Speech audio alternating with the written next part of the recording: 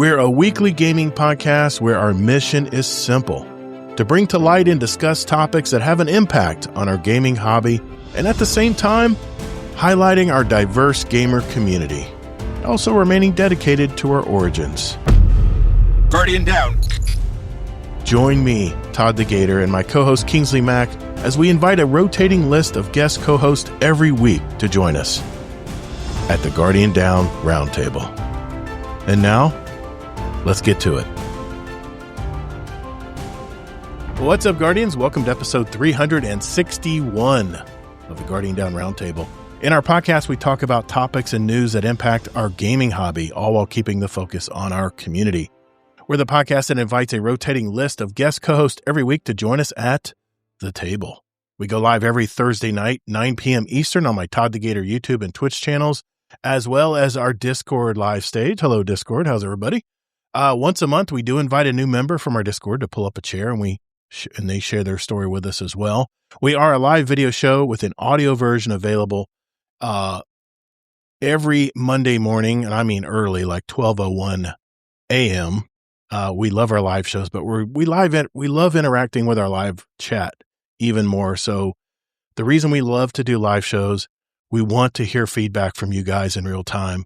And this one of these topics that I have tonight might be a little controversial tonight. I'm curious how everyone's gonna kind of perceive my take on this stuff, but we'll get into that. If you do want to watch our replays, they're available as well on my Twitch and YouTube channels as well. First, let's check in with my co-host from the great state of Utah. It's Mr. Kingsley Mack. How you doing, Mike? How you doing tonight, man? Dylan, and I'm here and I'm ready to go. All right. Thank you, sir. Well, let's introduce our guest co-host tonight.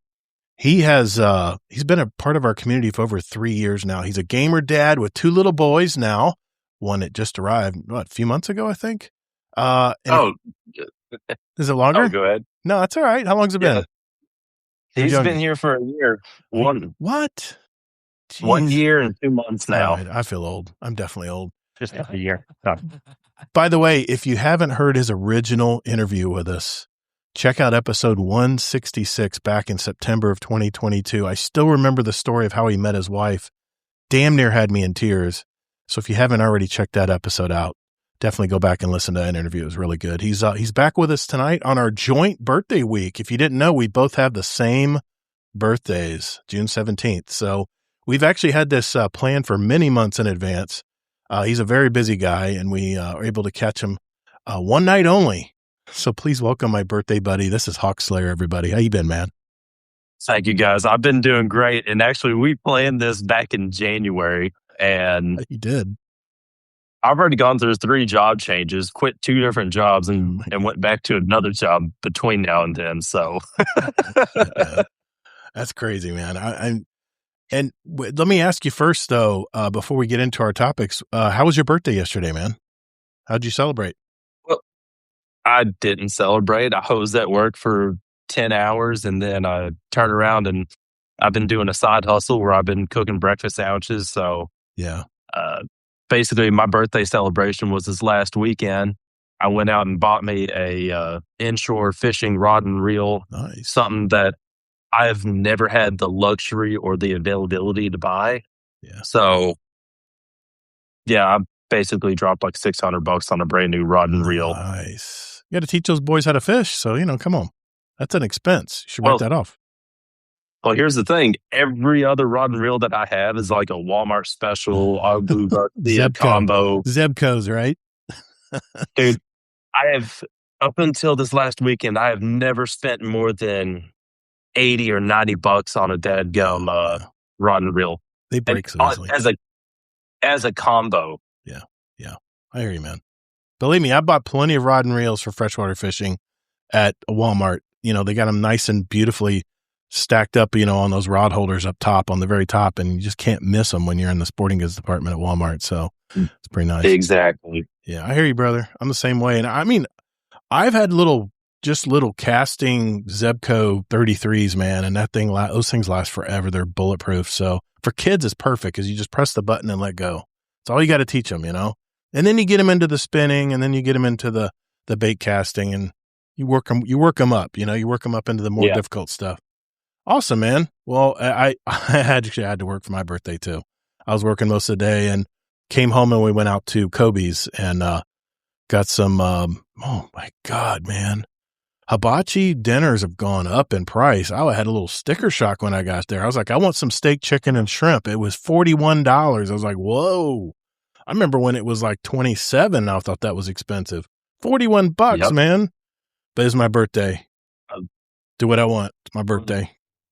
Heck yeah. I mean, you got to treat yourself every now and then. And for me, every time I go to the hibachi, you always got to have the sake. Always. Oh, no, I don't do the sake. Oh. No, I usually do the Kirin. I usually do a Japanese beer or something. That's what my dad always gets too. He's kind of taught me into that. I usually get sushi too, but man, I couldn't afford it, man. $41, and I was paying for like 6 people.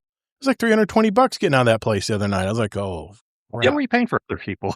well, I mean, they're my kids and my grandson, and they're So for your birthday, you have to spend a lot of money. no, they for everyone else. paid my wife back, and she'd cash at me, so I didn't have to pay the full amount. So it's no big deal. Gotcha. I'm telling you, man, I'm going broke. All the birthday dinners. We're at the tail end, guys. It was started out with my daughters, then my mother's, then my wife's, then my son's, then mine. Am I missing somebody? Oh, my sister-in-law. Hers was in the middle there somewhere. My grandson's is this next week coming up, and then you got Father's Day. I'm just waiting for the storm to pass by so I can get on with life again. It's crazy. Anyway, well, here's what we're going to talk about tonight on the show. Pretty simple podcast tonight, pretty chill show. We're going to lead off with some positive stuff. Hawkslayer wanted to give his take on the recent surge of players in the Destiny 2 game, and we'll talk about that. Then I am going to check in with This Week in Destiny, probably one of the very few left, and we'll talk about any relevant information in there. And then for the final topic, I want to talk about the rumored layoffs to Bungie and Xbox, by the way, and why I think that future development of games may be shifting right before our eyes. I'll explain what that means later in the show, but I'm sure it's going to spark some comments, I'm imagining. After which point we'll shift into our catch-up segment. Everyone will share their highlights of their week. Also, what's been going on since, we talked to Hawkslayer last. We'll catch up with his life and see what he's been doing. And I have another new movie I saw at the theaters this week. I'll give my terse review of that. And then at the end of the show, if time allows, we'll answer questions from our community. So if you have a question for us, throw it in the podcast questions channel in our Discord right now. And by the time the end of the show rolls around, we might read it aloud live on the show. And remember, if you want to send us a voicemail or an email, it's guardiandowncast.com to find out more about that. So if everyone's ready, let's roll. Hey, Guardians, even though we're now the new Guardian Down Roundtable, all the ways you can contact us are the same. Just go to guardiandowncast.com where you can email us, write us a review, send us a voicemail that we might air on the show, by the way, and even listen to past episodes where you can also search for a particular guest of the show. I use this every week to find past episodes that our guest roundtablers are from, so you can go back and hear them and hear their story. GuardianDownCast.com. All right, well, Hawkslayer, I know it's been a long time since we've seen you, man, and I know you probably don't play a lot of Destiny as much as you used to. A lot of people have fit that kind of bill, but Destiny 2's had a resurgence, man. It's really it's crazy how a lot of players have come back. But you wanted to talk about that tonight. So, floor is yours, sir. So I have not been playing Destiny at all in the last probably 6 to 7 months because with constant traveling around, It's a hassle to bring that Xbox along with me. I've been trying to save up to go buy a Steam Deck, but I have a vacation coming up. Actually, next week I'm going to Panama City. But regardless, I'm still paying attention to everything going on. I can't avoid it in my TikTok feed because anything Destiny that happens pops up, and I love the absolute pure motivation that's happening in the community right now. Nice. Like everybody's banding together. Everybody's bringing in their own individual stories. Even the voice actors are coming out of the daggum woodworks. They are. Really, the only one that I haven't heard from lately is Nathan Fillion, which He did. No, he did one too. He did? Yeah, he did one too. Yep. Okay. He did a really good one too. I must have missed that one, and I'm very ashamed as a Hunter main. But honestly, everybody's giving off their own stories. Everybody's telling how Destiny brought them from a bad place in their life and it gave them a community to be a part of.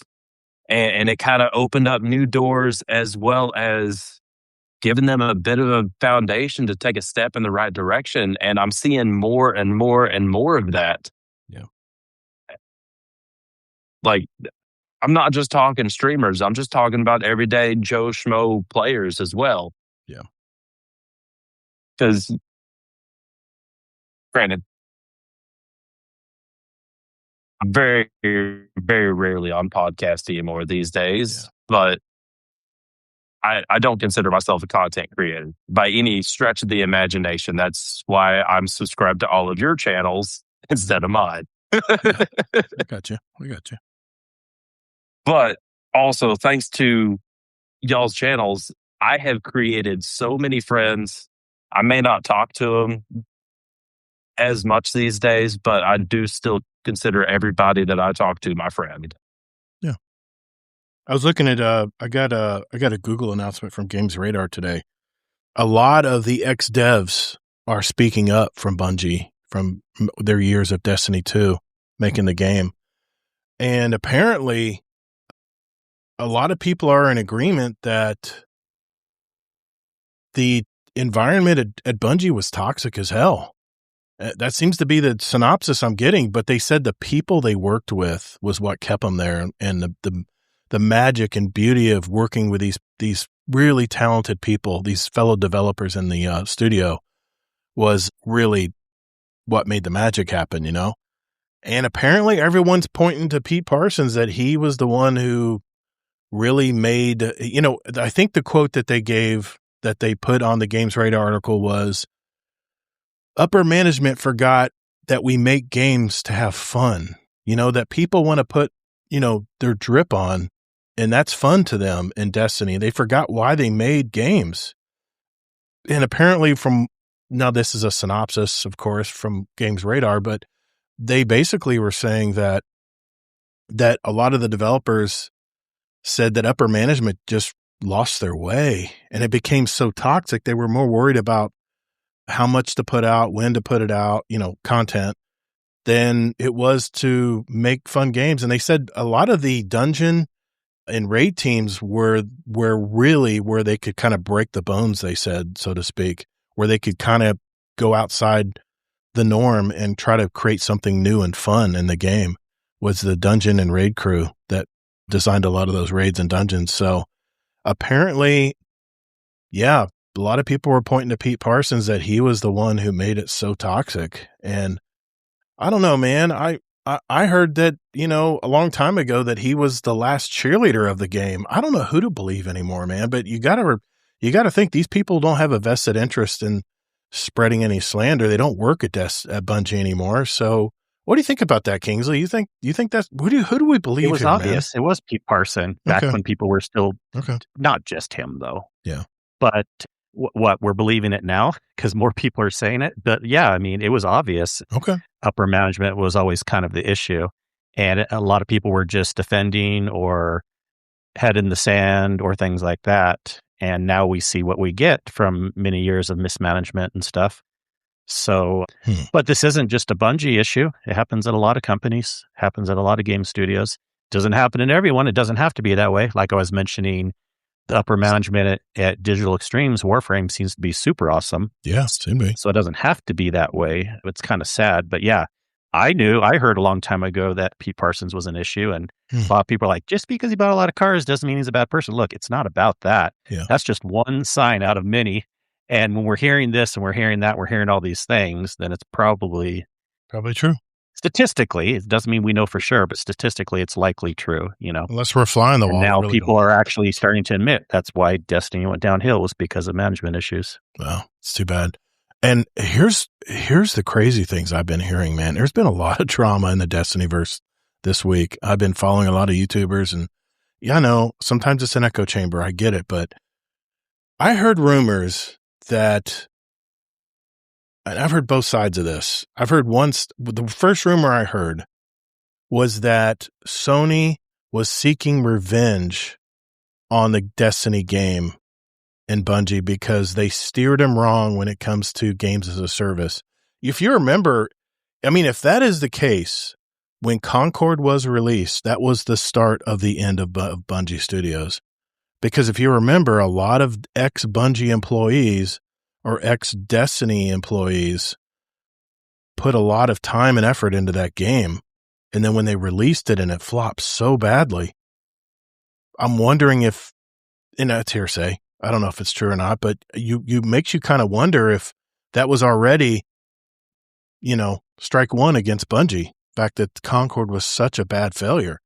And then, of course, they're saying that there's people in the PlayStation Studios. Now, granted, PlayStation Studios is like 12,000 people, so we don't know if this is a majority or what, but there were some in the family of PlayStation Studios that were kind of perplexed why Sony was just flat out cutting the game out, cutting it out, stopping development on it. And then that's where the rumor came through that Sony executives had a vendetta against Bungie because of the buyout and how they got fleeced, and they're seeking some kind of revenge. And that's why they're cold, just stopping the game. And I've even heard... that's not true. They already went past that today. Did you read the newer articles? No, today? I've been working, man. Yeah. What's the latest?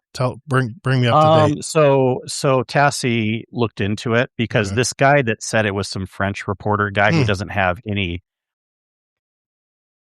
What's the word I'm looking for? Like any inside proof knowledge behind his name yet? Because you have people like Jason Schreier and Tassie that have always been right because they have true sources and things like that. Okay. And so when Tassie heard that, he talked to his sources and credibility. And that's not true, but it's so nuanced because look, what's the word revenge even mean? That can mean different things to different people. Tassie said he talked to someone high up in Bungie, and he says he can't name any names, but it's a very important person that we would know. And it's not true that Sony has a vendetta or revenge, but he says, practically speaking, it doesn't matter because still it's just a simple money business decision. And since Bungie wasn't doing good with the money, that's why they're stopping it. So it still doesn't matter really because the word revenge is just an extreme word, and that's not what was happening. Right. They're not going to they don't have a revenge where they're going to necessarily shut down the studio tomorrow, or else they would have already done it. Mm-hmm. They haven't shut down the studio yet. So they're just saying the money is not doing good. You guys got to do better. We're going to cut employees and things like that. But the revenge word is not true. And then it doesn't also matter about people in PlayStation not understanding what's happening because PlayStation is just a small division underneath Sony.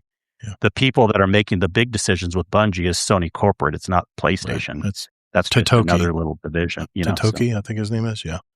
So just some comments in here. Anyways, that's the latest. So Tassie, answered all that stuff today. Yeah, I know Tassie has some really solid inside sources in the studio, so you have to believe a lot. Just like Schreier. Mm-hmm. Schreier, same thing. Yeah. The Doctor 3314. Happy birthday, by the way, man. Is it today? It's all about the money, Gator. Isn't Pete the guy who took funds from Bungie to buy cars? And he says buying cars doesn't make you bad. Laying off staff so you can buy cars does kind of make you bad. Yeah. Bungie has always had. We don't know. Yeah. Yeah, we don't know if he took money from. That was probably money that was never going to Bungie anyways. That was just his cut as CEO leadership. He owned stock in the company, and a lot of people cashed out. So if you put it just from a logical point of view, I just like to be fair with everything. I still think he was the problem, but even if he didn't get that much money, it's not like that money would have gone to the employees anyways. They just would have spent less money. Yeah. It's just that CEOs luckily get all the money because they have all these golden parachute clauses and things like that. Upper management. Yeah. Yep. I mean, but the fact of him just buying a lot of cars and never being in the studios, what we were told, he would never actually help with decisions. He was just haha, I'm here with all the money, but like I'm not helping anything out. It ain't seem to Those are flaunt it. signals, those are signs. And then hearing from employees and hearing from people and then inside sources from people like Tassie and others that he just was like, even more so than some studios with, you got to have bottom line and make decisions based on money, but like there are times where it goes too far, and his was clearly the one where it went too far. Yeah, and Amazing Taco King reiterates, they've always had management problems. The track record shows that. Yeah, and we always have. We've talked about it. Yeah, I remember even before Destiny.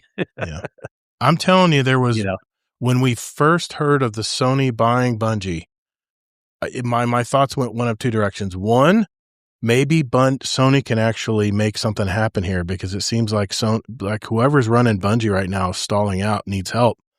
I thought they would come in and help out and maybe send some help from other studios, to help Bungie out. My other fear on the opposite side of the spectrum is that Sony's going to dismantle Bungie over time, suck all the talent out of the studio, and it just disintegrates in thin air.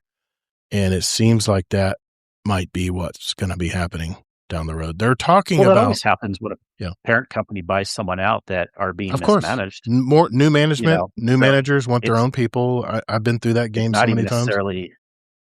I think Sony has some blame in the equation, but if it was being run better beforehand, and it wasn't so much of a trickery then they would have had a better fighting chance of staying forward. Yeah. But I feel like we're getting away from Huxley's point. Well, I was just going to go that direction. I was just going to go Huxley. Yeah. I wanted to talk about some of the things you said. Yeah. I think it's awesome. So unless you wanted to talk about this point some more. Sorry, go ahead. Well, I was just letting y'all roll on with the tangent because, quite frankly, I'm just along for the ride here. Yeah. I understand.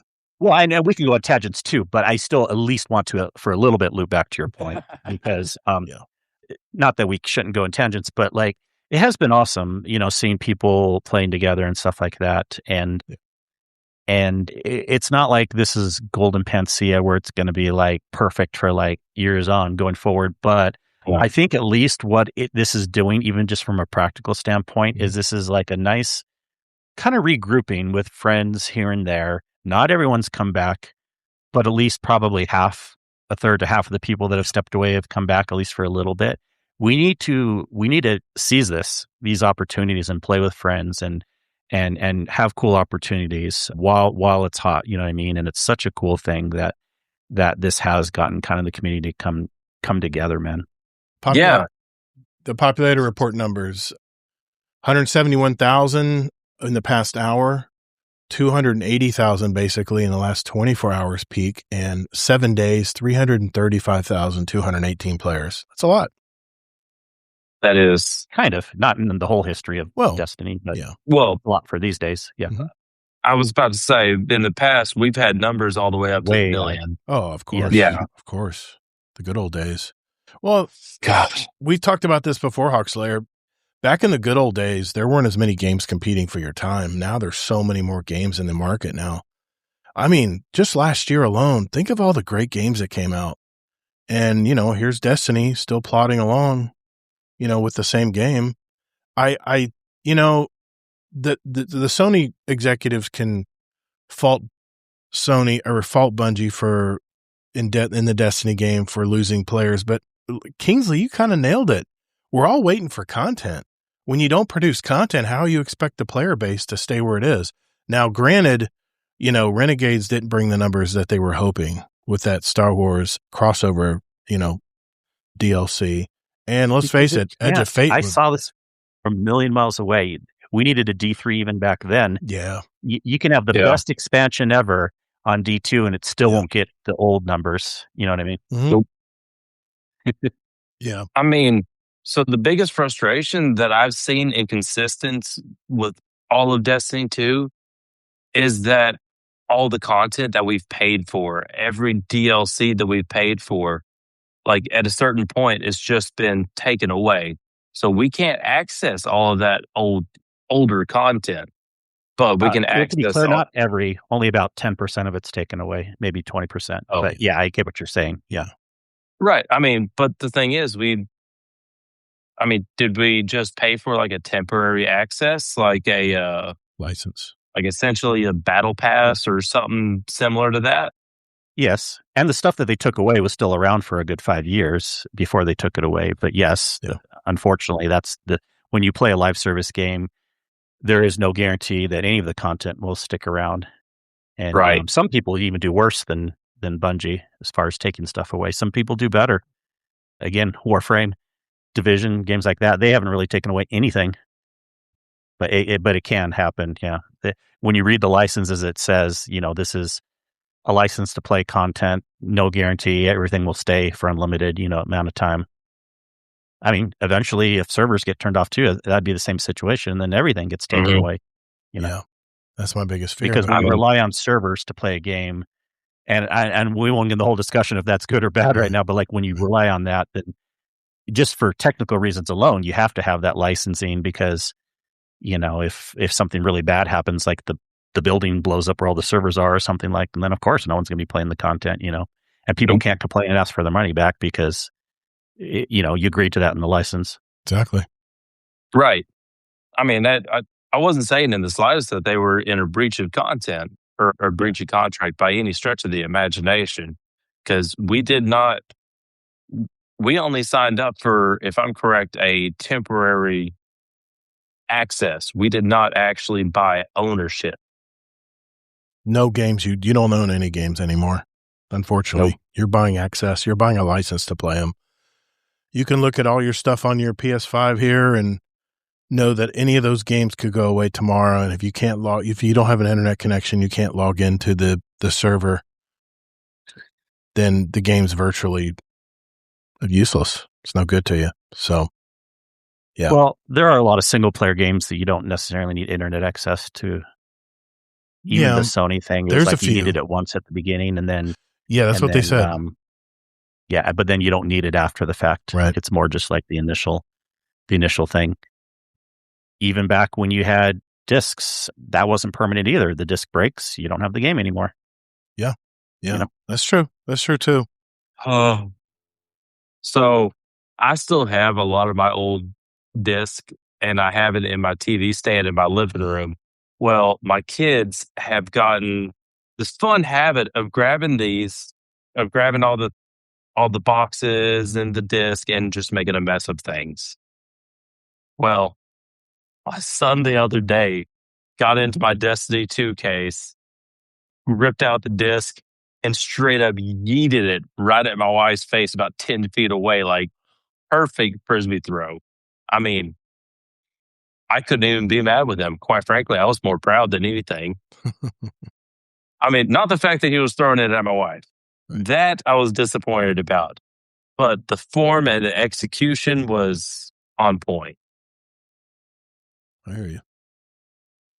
Nice. But yeah. I got to looking in all that stuff again after I was cleaning it up one day, and I found posters. I found DLC expansions. Actually, I found a House of Wolves expansion code, and I'm like, good old days. How long ago was that? Like 7 or 8 years ago? Mm-hmm. Long time. God. This is the first DLC. See, now, I think when it was the second phase 2 of Destiny 1. That's like 2015, I think. Or late 2014 when that came out. Right. Mm-hmm. God, I still remember whenever they brought in the public events, and that's where they really incorporated random players all coming together to try to defeat the daggum spider tank, whatever the heck it's called. Yeah. But nowadays, we can solo that thing in about 5 minutes. Sure. Actually, no, in about 2 minutes. Yeah. So we've gotten pretty powerful. That's for sure. Definitely. Once again, go ahead. No, I was just going to read some comments in here. Amazing Taco King says they should have full-assed Halo Reach and renegotiated with Xbox for more independence instead of burning bridges. And the Doctor 3314 says if you went back to 2007 and told a Halo fan that Sony would buy Bungie, he would not take you seriously. This is such an odd timeline. That is definitely the upside down right now. That is for sure. But out of everything that came out last year, I can't think of one that wasn't just a flash in the pan more than a couple months at most. Yeah, that's kind of the way. It's kind of the way it's been, for sure. Yeah. Also, this what I'm going to say here almost makes it sound again like Sony is being more petty, but again, just because it's a business decision. I don't think it's pettiness. It doesn't even matter if it's pettiness or business decision because the outcome's the same. But that with all the stuff that's been going on with, Bungie, with Destiny being the last update, Sony hasn't said anything on their socials. But Microsoft even said, once a Guardian, always a Guardian. Yeah. Microsoft said that. Mm-hmm. And that Microsoft and Xbox cares more about us now than Sony. And that wasn't Phil Spencer, because we know Phil Spencer loved the game. But that wasn't Phil Spencer. He's no longer there. So it's somebody else. Yeah, that's for sure. Yeah. Well, go ahead. Well, I was just saying it's another true Guardian stepping up. And quite frankly, I want this game to live on. Let's be honest, Destiny 2, it's reaching its end times. And nothing lasts forever, and it hurts for me to say that because I have some of my best memories from Destiny 2, all the way from being in the massive gaming organizations that are like 20, 30,000 people strong, and then getting into these more niche communities such as Guardian Hub, Guardian Downcast, Two Titans and a Hunter. Mm-hmm. Like, quite frankly, I have enjoyed it more being a part of this roundtable community than anything else, even whenever I was just playing solo by myself. Because I have created some of the best memories I can ever imagine. And I can just remember whenever we would have our scrims nights and daggum Gator would daggum Mercury with a bow from across the map out of nowhere. I'm not a big fan of bows, but they're a lot like sniper rifles. If you're good at, lining up your shots, they work just as well. When you're on, you're on. There's no ifs, ands, or buts. But once you're on it, you're on it. I'm so rusty right now. I don't know if I could last a match very long. I don't know how long I would last. But looking at some other comments here in the Discord chat, Scarlet Maddie says, I feel like when I started and signed up for the Prophecy Saga, I really wanted to see old Chicago, and they actually said whispers of it in Renegades. Yeah, that was supposed to be what was supposed to come out in Shattered, Shattered something. I can't remember what it's called now. Yeah, the code name for the next expansion that we... Yeah. What was it? Like Shattered Throne or something like that? No. Shattered Cycle, thank you.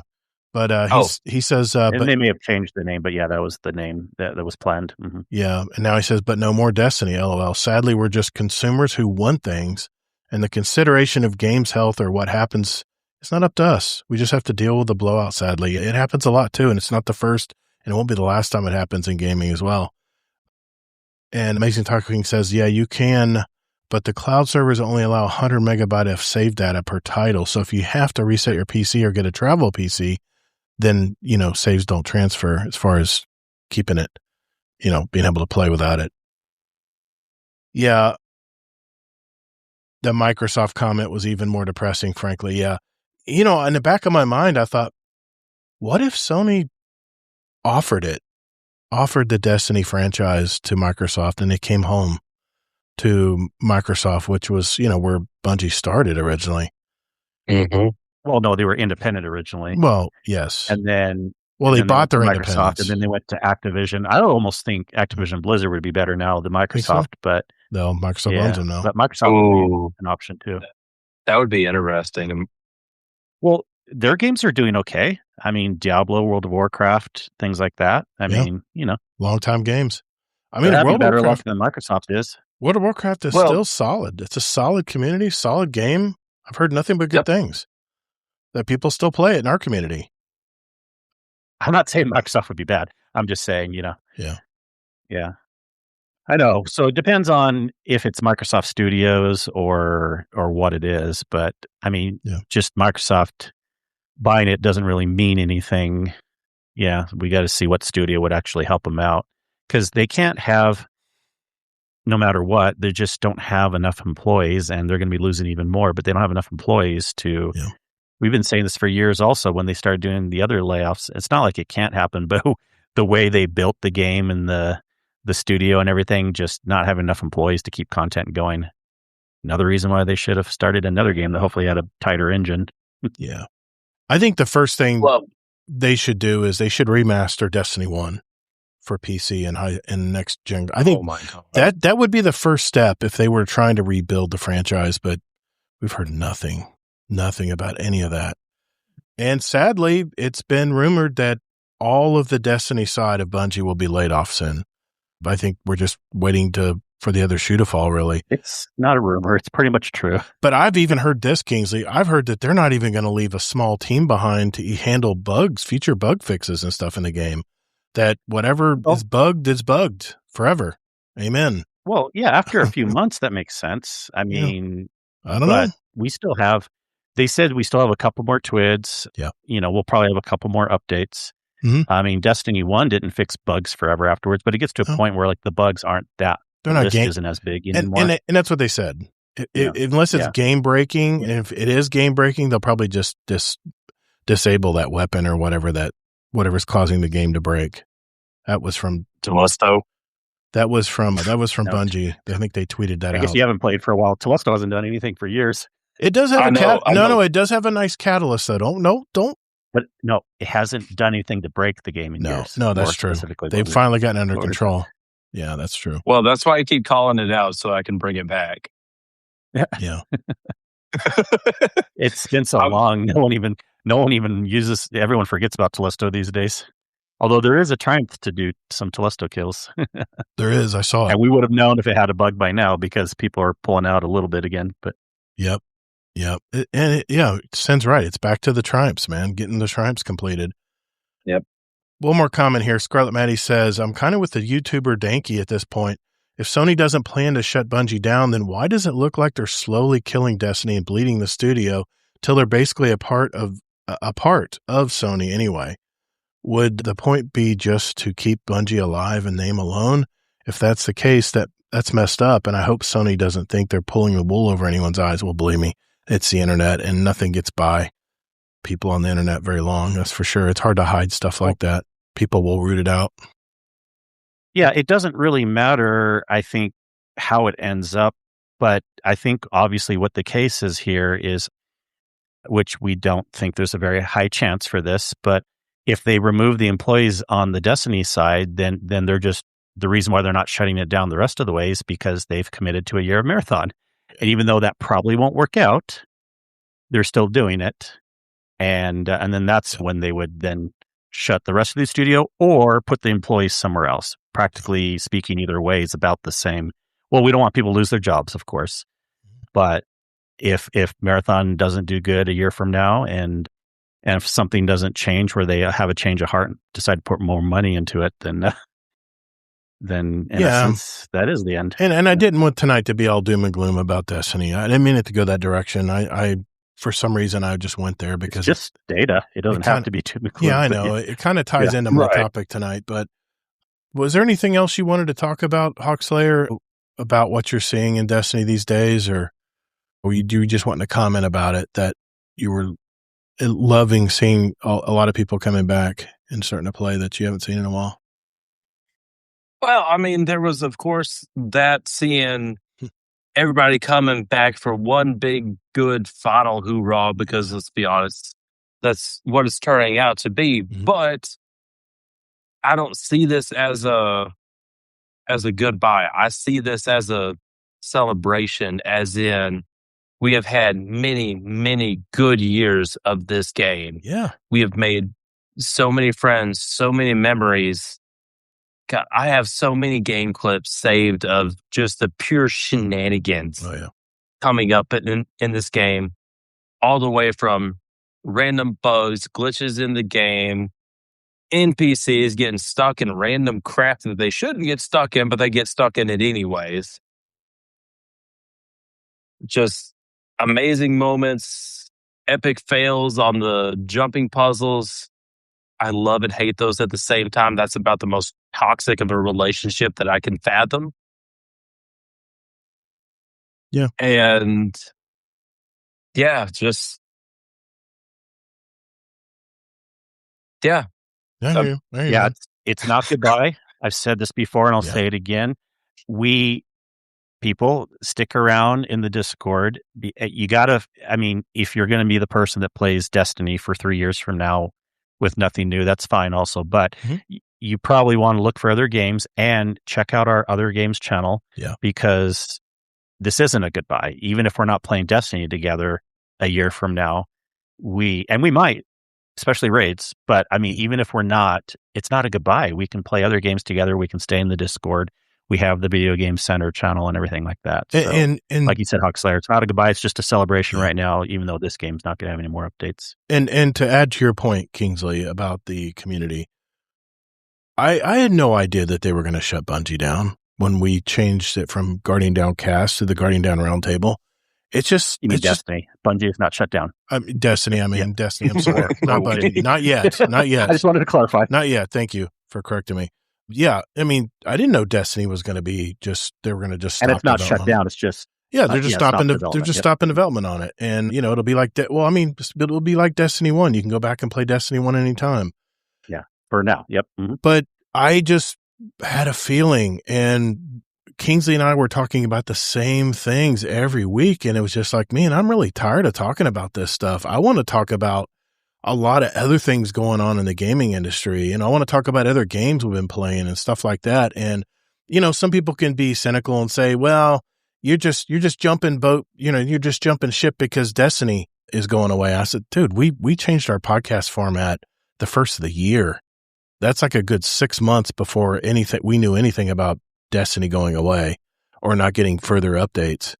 So even if people change I know. during then, it doesn't matter. I know. Everyone can have their own motivations But for here's- why they make decisions. and I got to thinking It about doesn't have that. to be considered cynical or whatever. Yeah. No, but I got thinking about that. We have built up such a great community over these 7 years, just about now.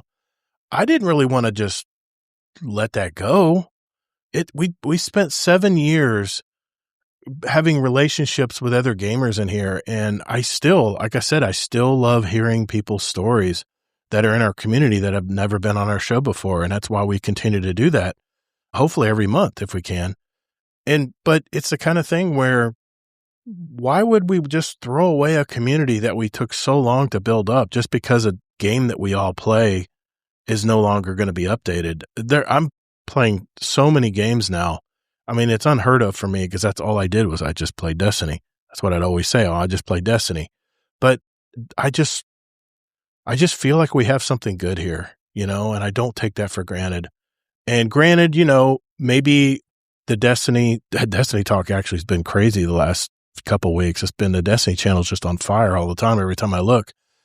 But, when people go to the Life channel and they post a picture of what's going on in their life, or they go to the pet channel and they show a picture of their pet and stuff. I love that stuff, man. I remember I did a Valentine's Day contest where show your before and afters, of your husband, your wife or mate or, partner or whatever. Damn, I was in tears. I couldn't believe I actually had faces to all of these people that I talked to in this digital realm. And it just got really real, man. It got real that there's so many people in this community that I want to know more of. I want to talk to. I want to do more of. But, I think you can agree with me, Kingsley. Most of our community are gamer moms and dads. I would think we're probably the older set of gamers, and we have some young ones in here as well. But for the most part, we're all gamer dads and gamer moms, or we're older gamers that just still love the game, still love to figure out puzzles and run raids and stuff. And that I connect to that, man. That's just so much fun. But anyway, I'll go off on a tangent if you let me. But Yeah. But yeah, I was trying to bring back the good feelings because I didn't want it to all be, Bungie's going away soon, be ready, and all that stuff. But speaking of Bungie, let us run over to look at This Week in Destiny.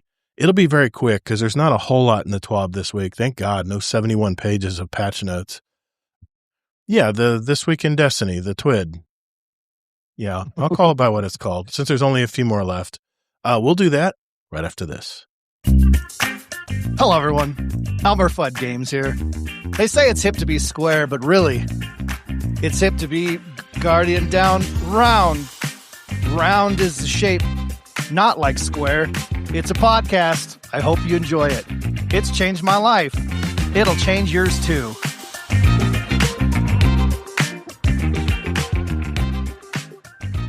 All right, This Week in Destiny for June 18th, 2026. This Week in Destiny, we're sharing the newest community challenge and its reward emblem, celebrating the release of Monument of Triumph soundtrack on streaming platforms and going over the previously shared update 9.701 in the patch notes you may have missed. So the community challenge we're talking about is called Excision, and it's using the Ergo Sum. We have one more community challenge ready for y'all, Guardians. It's time to relive one final battle against the Witness one more time. Complete the Excision story mission on normal or Grandmaster difficulty to add to a community goal of 250,000 total completions. Grandmaster completions will count sevenfold because Bungie number. Plus, it's harder. Also, Excision on Grandmaster rewards the Ergo Sum Catalyst, a fine prize in its own right that some Guardians may not have yet obtained. That's me. It also has a chance to drop on normal activity too, so what better opportunity to earn it during a time of celebration when new and veteran players are enjoying Monument of Triumph. If the community goal is met in 7 days, sensing a theme here, all Guardians who have completed Excision at least once during the community challenge will receive the Intrepid Pearl emblem. Actually, it's pretty neat. It's pretty epic, actually. It's very plain, but it speaks volumes. Anyway, it's Bungie fans and old timers will tell you why this one is special. We'll share updates on all the community's progress on socials during the week. So there is that. They said what better time? The better time would have been having it already last week. Well, yeah, because a lot of us already ran this Triumph. Oh, did you? Because this was a challenge to run that mission Excision. I haven't done it. Now I got to run it again. It's all right. I haven't done it yet. I need someone to run it with me. Yeah. Maybe we can do it before we do Pantheon this week. Maybe run a quick one. How long it takes, but if we can get maybe. It's not super long, but it's medium long, and that's why I just don't love running it over and over again. But gotcha. Yep. Well, just some specs here. It starts actually today, June 18th at 11. It ends on June 25th. That's next Thursday, 11 a.m. Pacific. It's the Excision mission. Normal, like I said, counts once. Grandmaster counts 7 times. Fireteam, you can have 12 players are recommended. Fireteam members can join mid-activity. And if you do join in the middle of the activity, it will count toward a completion as well. And only Fireteam members who complete the activities will count as having contributed to the community goal and qualify for the emblem. Good luck, basically, is what they're saying there. The soundtrack is now the Monument of Triumph. Soundtrack is now streaming. They have a YouTube link here. You want to... I listen to music at night because I have tinnitus. I have to have like earbuds in. And I was listening to the old Destiny soundtrack the other night and just brought back some great memories, man. They have some killer wallpapers here, which I am going to be downloading these right away because I have some of the older wallpapers, like when the Traveler left Earth and was hovering above Earth in Earth's orbit. That's what I got on all of my monitors now, but this new one is really nice. It's really special. So yeah, and it's all in 4K, I'm sure. They probably have 4K and 1080 versions. Look really, really nice. We're not going to talk about any patch notes. Coming up, though, the featured raids are going to be Garden of Salvation and King's Fall. The featured dungeons are going to be Spire of the Watcher. That's what they are this week. Oh, that's this not week. Coming up. That's what it is. Oh, Garden of Salvation, King's Fall, Spire of the Watcher, Pit of Heresy, dungeons, Birthplace of the Nile for Grandmaster, Vanguard Alert, and the Mint Retrograde will be the reward for that. Other than that, shit's broken, and God forbid that stuff isn't shit. Shit isn't broken well after they abandon this game. But there's some really cool art and stuff in here too. Check that out. Really great artists in our community. Oh my God, the Sparrow Racing artist. That is beautiful. That is beautiful. But anyway, 4 movies of the week. That's awesome. Thank you from the bottom of our hearts for joining us for another TWID. As a reminder, we're continuing to post TWIDs through our launch window. Soon, our weekly blog entries will be entering a form of hibernation as well. Until then, though, we've been blown away by the love and support Guardians have shown for Monument of Triumph. This update was for you, and seeing all of the art and videos celebrating Destiny 2 has been heartwarming. to us at the community team. Keep it coming. What have you been doing in Monument of Triumph? What are your goals, newest builds, or triumphs you're aiming for? We'd love to hear about them. Destiny 2 community team. Thank you, Destiny 2 community team, for yet another weekly communication with us. Thank you as always. All right. Our last topic of the night's coming right up.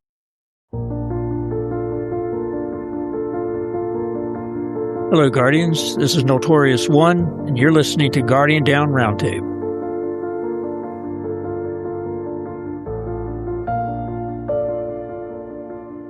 All right, for the final topic tonight, I wanted to bring up, we talked about the sad news that Sony is rumored to be laying off 50% of the Bungie staff, and mainly everyone working on the Destiny side of the studio.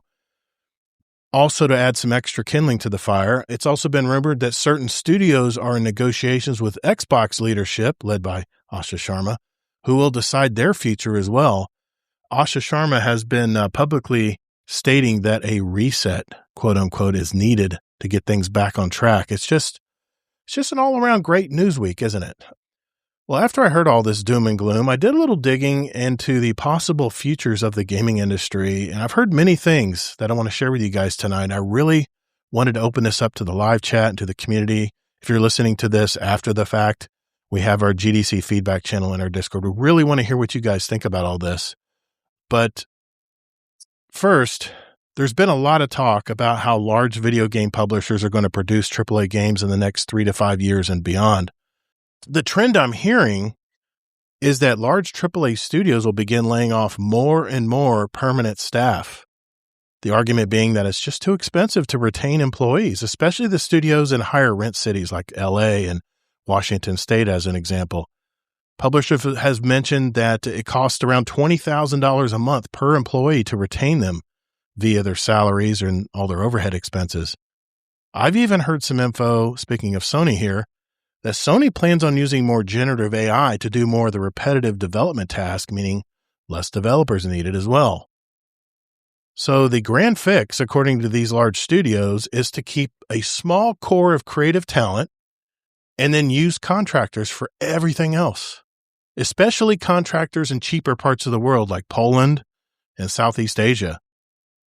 Here's the thing. I see two problems with this formula. First, I'm a little worried that parts of the game that are contracted out may kind of start creating lower quality games. In other words, the games may look and feel very fragmented.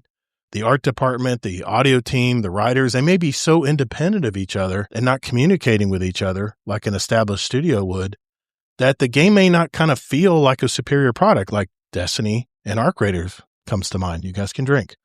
The visuals, the sound alone are just fantastic. So almost like one hand kind of knew what the other was doing when they were putting it all together, right?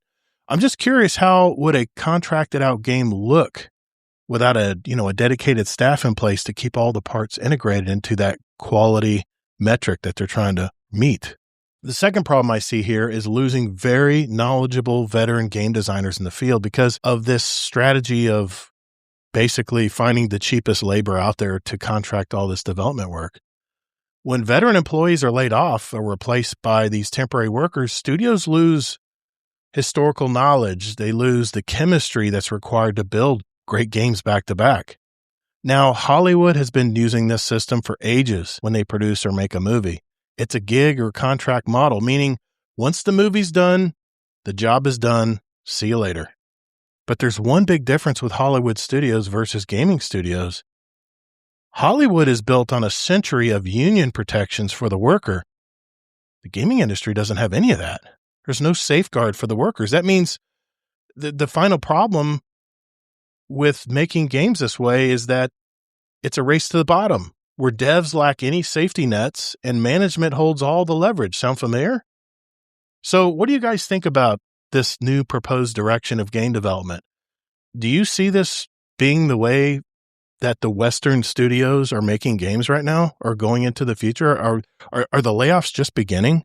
Are we in a flux right now? Are we in a transition period where there's going to be more small teams that actually like create a core of the game, the ideas and the maybe even the lore and stuff of each game, and then everything else is just contracted out? I mean, there's no secret that even Bungie has done contract work. They have contractors that do, stuff for them to help them meet their schedules.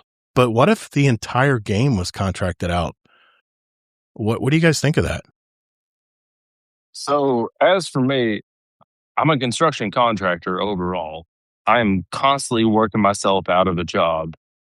And the level of communication that goes on throughout the entire job, all the way from the plant manager, all the way down to the fire watches, is obscene to say the less. It is grotesque and frustrating to a monumental scale that I cannot begin to actually fathom unless if you have been in the trade yourself. So, as of right now, I'm currently down in Alabama and I'm currently building an aluminum mill. Well, the specific structure that I'm working on, the representatives that are overseeing the entire project are Japanese. Okay. They're native Japanese. So they do not speak very good English. Oh, boy. However, one of the guys, he and I, we've been kind of conversating back and forth, and he's been kind of helping me learn Japanese, and I've been helping him learn a little bit of English. So we've been working back and forth on that. Mm-hmm. But some of the southern ill-tempered foremen out here do not have the patience that you and I would have with that. I was just thinking that. Because whenever they try to speak slower, thinking that that's going to change the outcome of the comprehension of the opposite language, that's not going to make a difference. He's not going to know what you're saying, regardless of if you don't understand it, you don't understand it. Yeah. And I have had so much rework I've had to do, and the biggest flaw in my industry, granted, when you're developing video games, you're not dealing with life or death situations. Well, as for me, if I make one crucial mistake, I work one of the few occupations where you can actually go to jail for vehicular manslaughter. Wow. So I have to do my job right every single time. And if I do make any errors, which I do make errors from time to time, I have to mitigate those in a way to where it's not going to cause any bodily harm and minimize the property damage as little as possible. Right. Which, knocking on wood here, I have never dropped anything in the 8 years that I've been doing this. Mm-hmm. But circling back to the point at hand here, I am constantly working myself out of a job. As I go to develop these structures and as I go to build things the way that they need to be built, I am completely working myself out of this job. And I'm fully understanding that I'm never going to retire from any of these places. Because even as of right now, I am probably months away from a layoff. So I have to prepare to go and find the next job. Wow. I don't want to see that turn into the video game world. Yeah. Bungie overall, I don't want to see that as like a staffing agency or a contracting agency, because just like you said, you're going to get those old timers that have tried and true the tricks of the trade. They have learned what works and what doesn't.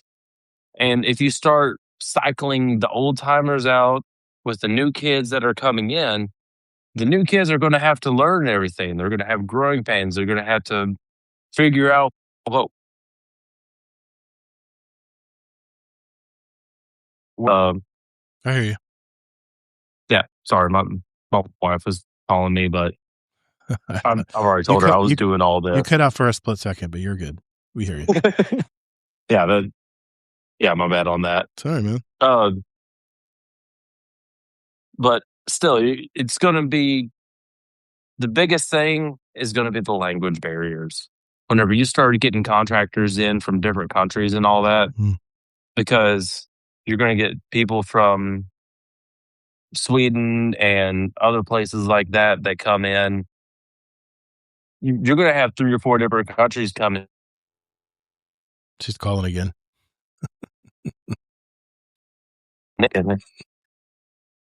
We got to. Well, can I just go? Sorry about. You're gonna have all these contractors coming in from different. We were talking about that. Yes, you have all these contractors coming in from different areas, and you're going to have these language barriers. On, give me like 2 seconds. Let me go ahead. Kingsley, go ahead. I want to hear your take, Kingsley. On well, this. Of course, you had multiple questions in there again, so I'll go through the whole list. Okay. I forget first you break down everything piece by piece. I'm sorry about that. Well, yeah, because if you're going to bring up all the points, we want to talk about it. My topics are scattershot. I'm just throwing stuff on the wall and seeing what people think about it. Mm-hmm.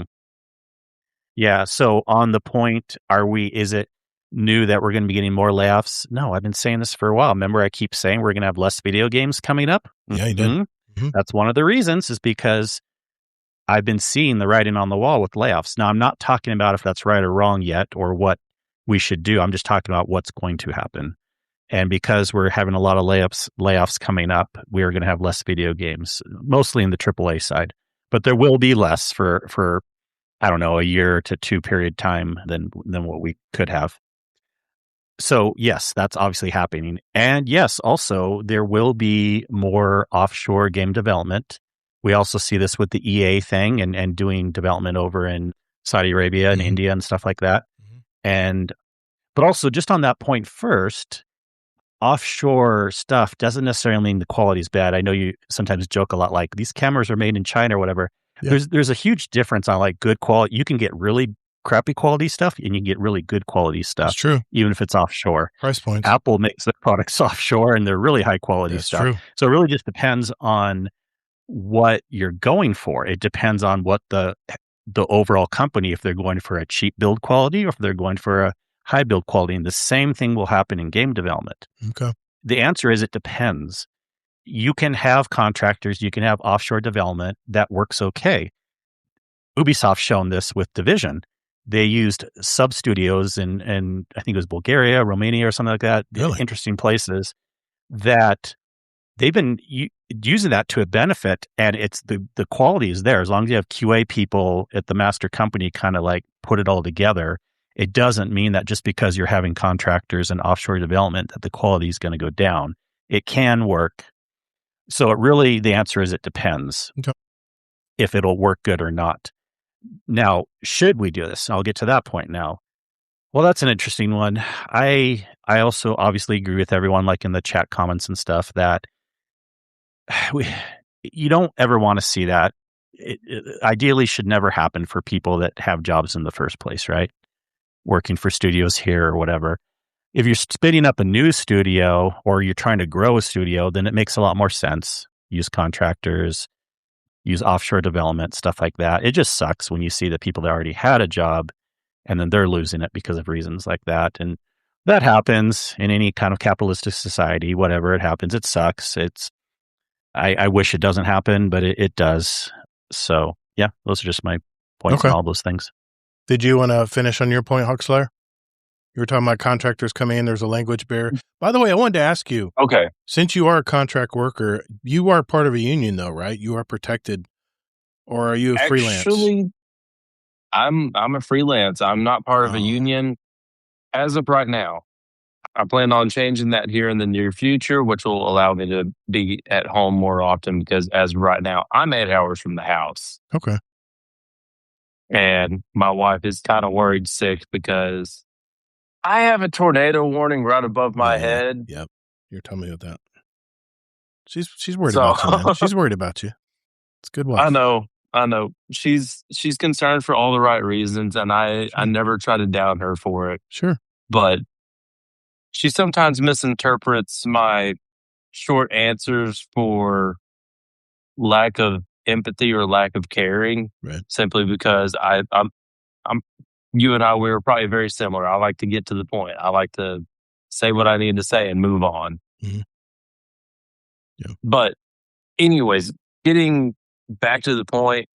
So the biggest fear that I have whenever it comes to contracting is that the vetting process is not as intricate as if you were hiring on somebody full time.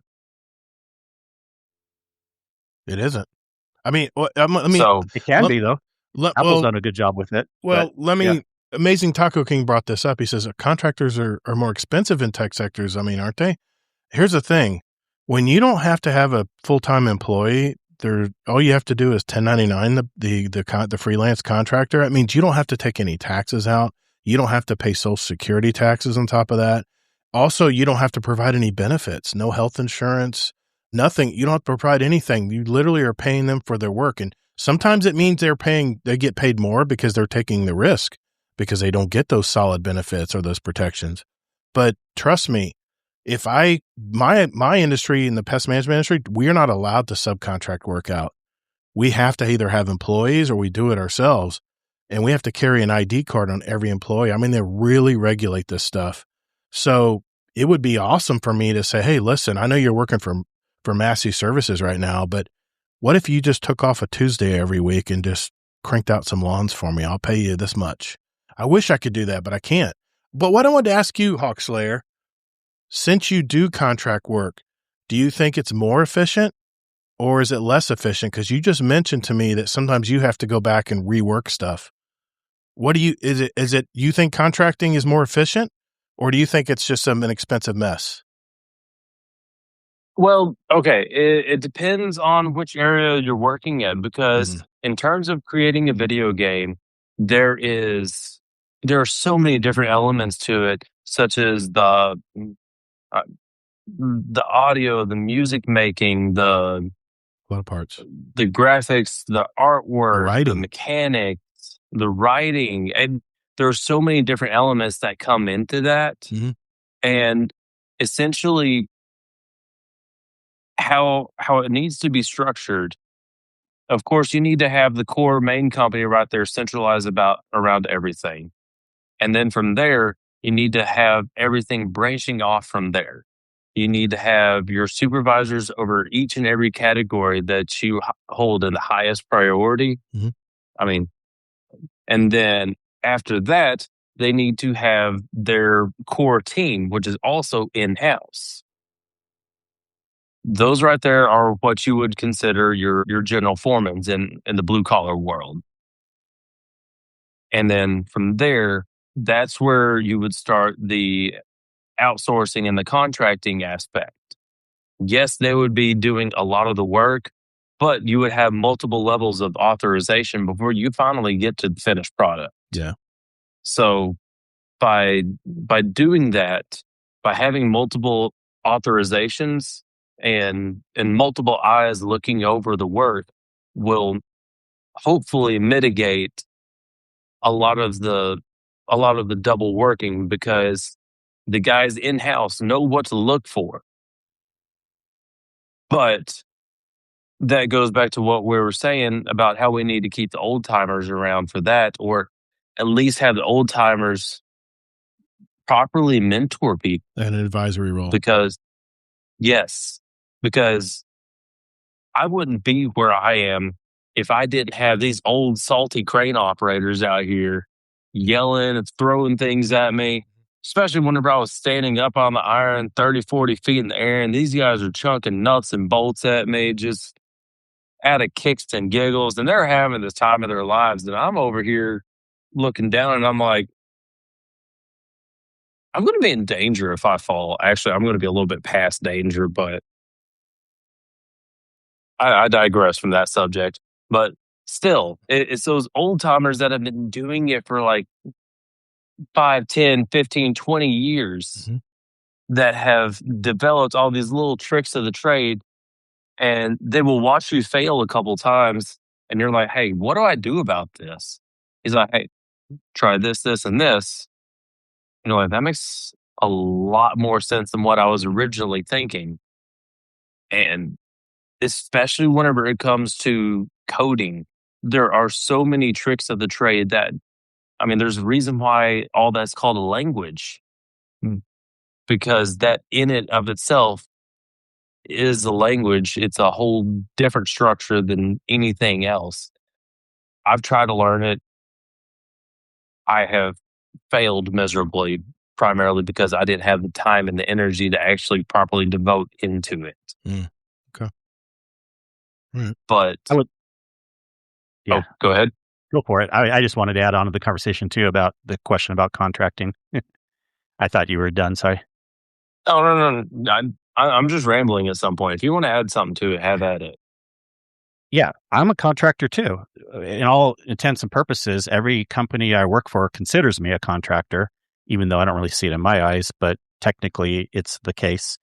And again, I think what you were trying to say, but what I again highly agree, Todd, the answer is it depends. Contract work can be less effective or it can be more effective. It really just depends. Okay. And remember, Expedition 33 was made by mostly contractors. Okay. They had a small team of like 33 developers. Yes, they did. And 80% of the people in the credits and a lot of the work in the game was done by contractors. I did not know that. That game turned out excellent. I didn't know it was. I thought it was just So- 33 people making it.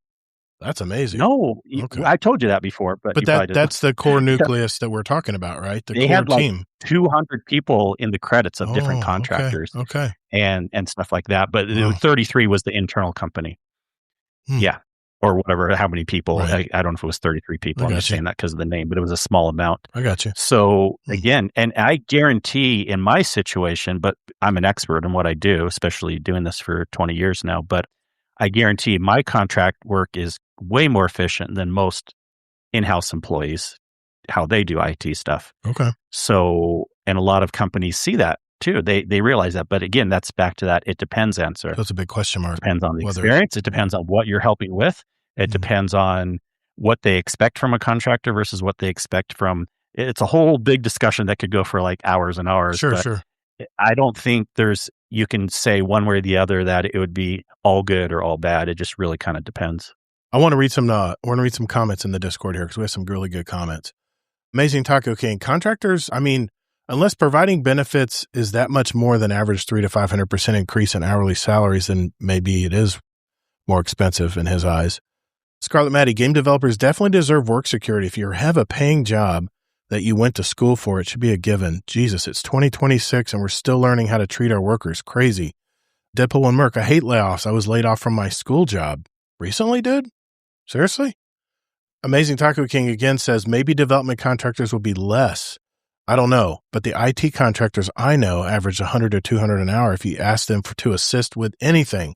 It was a minimum charge of 2 hours for those hours, and then 1 hour increments for each hour they work past that 2 hours. Yeah, Kingsley. I could talk about that. Yeah. Yeah.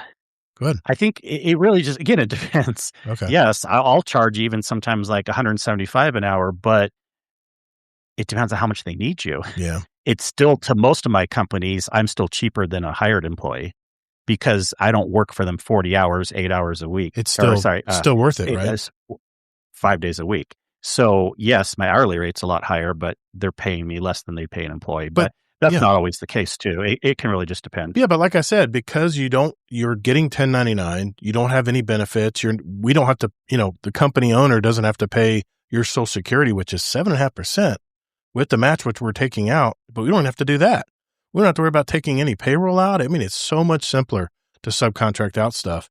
All Thumbs says, in my opinion, there really is no job security anymore. A machinist for 40 years, and I could still be fired or laid off at any time. I hear you, man. I hear you, Ron. First world problems with third world solutions. Well, EA being offshore to Saudi Arabia isn't shocking. Didn't a Crown Prince and Jared Kushner's finance firm just purchase them? Well, I'm not going to go down that road. Yeah, that's what I was talking about. Yeah. Mm-hmm. Hey, Huxley, I got a answer's tornado yes. warnings here too in Georgia too. Small world. Deadpool said, yeah, recently I had Geek Squad in my back pocket, just getting more hours there. I hear you, man. I'm sorry to hear about your job loss, man. I know you were just talking about it in the last show you were on that you were working for a school doing all kinds of odds and ends for him. Here's the thing, though. Let me throw this out here. While the West is in chaos right now and in flux, or maybe maybe the word being, just there's no security in anybody's job. The Eastern developers are doing just the opposite right now. Japanese studios like Capcom and Nintendo, they're actually increasing their employee compensation, and their goal is to do whatever it takes to retain those veteran game designers. Because of that, they're producing not only consistent games, but games that are killing it out there. So maybe what we might be seeing down the road is more games coming from the East, like China, Japan, and South Korea, or even India, like you mentioned, Kingsley. While Western developers may be to continue to make games in a more volatile environment, and maybe down the road they may not be able to compete. I'll give you a case in point here. We can all relate to that living in the United States. Where did manufacturing go in America? I know the president's mentioned he's going to bring manufacturing back to America, and I mean every politician I think has said that over when they're trying to get elected for office. We basically let all of our manufacturing jobs go overseas. Why? Because companies saw it was so much cheaper. They were contracting out all of the work out of the country. And then what happens? We become reliant on these countries for our manufacturing, for our goods. I'll give you another example. Shipbuilding in the United States. China is putting out one cargo ship a day. You know how many the United States is putting out right now? Maybe one a year. That's how far behind we are right now. If China tomorrow decided, you got to send a ship to us. We're not going to send it to you anymore. We got no ships. We got nothing to send to them. So we're in a very volatile position here. We're very reliant on other countries for our goods, for our stuff that we need to survive or things that we want to consume in this world. Whereas if you relate this back to the gaming industry, what might happen is a lot of these U.S. or Western, could be Canada, could be all these studios that are making games, they might have to be doing the same thing. They might have to rely on all the Eastern countries out there to produce video games in the future. I don't know. It just worries me, man. I don't know if we'll be able to, in the West, if we'll be able to compete with that down the road if we start worrying about making things cheaper as far as studios. I understand gaming budgets are way crazy right now. I mean, it's as much, I think they said 007 was $200 million to make. That's as much as a 007 movie, honestly, and about the same amount of time. So there's a lot of risk now when you make a $200 video game, the same risk of making a $200 million James Bond movie. It could flop. You may not sell enough tickets. You may not get enough sales or licensing fees from Netflix or whatever it may be to pay back even your principal of what you put into the game or into the movie. Same thing with the gaming studios. I understand it's expensive to make games today, especially when interest rates are higher and money's not free anymore like it was during the COVID years. But I don't know, man, there's got to be some happy medium here. And when I started digging into this area and started realizing that a lot more teams are wanting to just contract it out. I don't know, man. I just don't know what that means, man. I feel we've lost a lot of our purchasing power and a lot of our buying power because we've outsourced all of our jobs. And I'm worried this might happen to the gaming industry as well. I mean, Wukong might have just been the tip of the iceberg, being a wholly Chinese made game. And I mean, look at Destiny Rising, fully made by Tencent. Bungie had nothing to do with that game other than they got $100 million to license it to them. So I don't know. I figured it was worth bringing up this week, being with all the layoff talk and all the drama with Sony purposely trying to destroy Bungie or the Destiny game or whatever. And it just got me thinking, this is what happens. I'll start spiraling about some things I hear in the news and I'll just start putting two and two together and then I'll just start researching it out. And that's when I come up with stories like this. So did you want to mention something, Casey? Well, yeah, because you brought up some more points at the end. Oh, yeah, yeah. Now is our chance to respond to those. Go for it. I'm sorry, yeah. Welcome to my TED Talk. No comments. Thank you. No notes. All the comments. I do kind of have an opinion on a blend of onshore versus offshore. I mean, I don't know what a magic number is, but I do want to push back on one point first, that even if, a lot of things are being developed over in Asia or whatever, but they get a lot from us too. Japan imports tons from us. So it's just not the industries you're talking about right now. Like obviously like electronics and video games and technology stuff like that and China manufacturing, but maybe not China so much, but I promise Japan. Oh, in the 80s, Japan dominated on electronics. They killed us. Yes, but I'm just saying overall, Japan imports a lot too. So it's not just we're giving everything to them. Or sorry, they're But yeah, you obviously look, unless companies here are willing to take less profits at the top or pay people less and people agree to that, or there's no one else to outsource to, then that's really the only fail-safe way that will keep more stuff here. Okay. There has to be something where people agree to keep people here. I think it's smart to have a blend. You don't want to have all video game development offshore. You don't want to have All your eggs in one sure, you can have basket. all video game development onshore.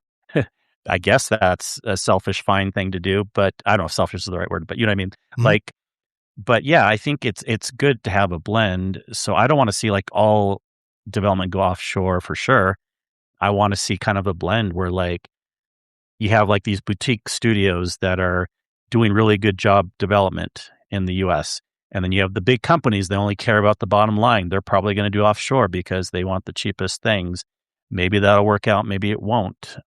It's kind of interesting when people see it both ways. They're like, well, we need to have more stuff in the United States, but then the people at the top of those companies want to save money. It's like, you can't have it They both get ways. used to that lower labor cost too. So, yeah.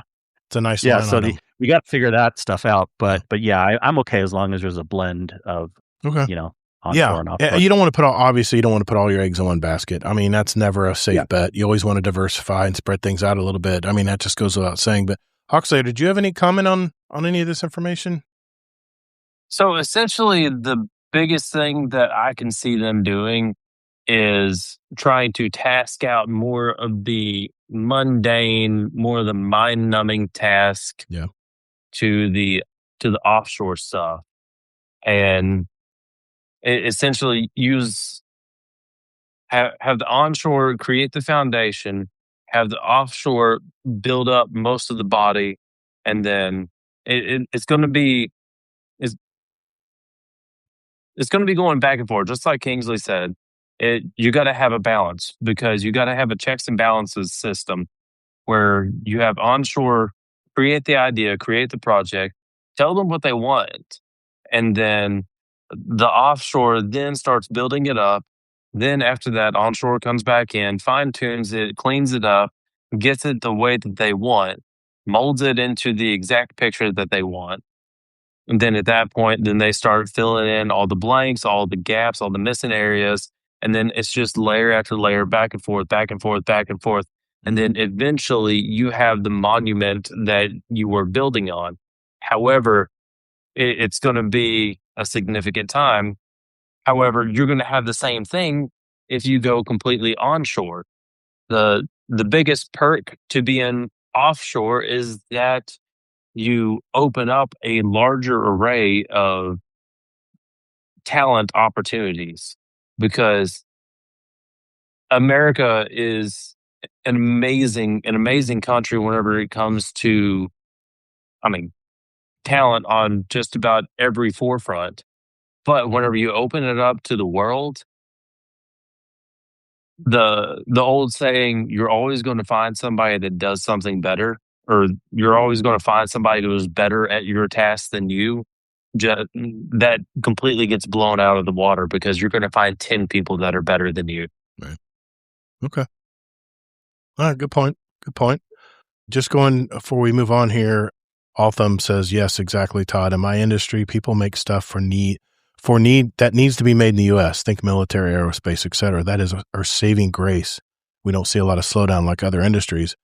Amazing Taco King, I think the manufacturing outside the States stems from more the fact that most of those cheaper countries don't have as many protection agencies and labor laws. That's true too.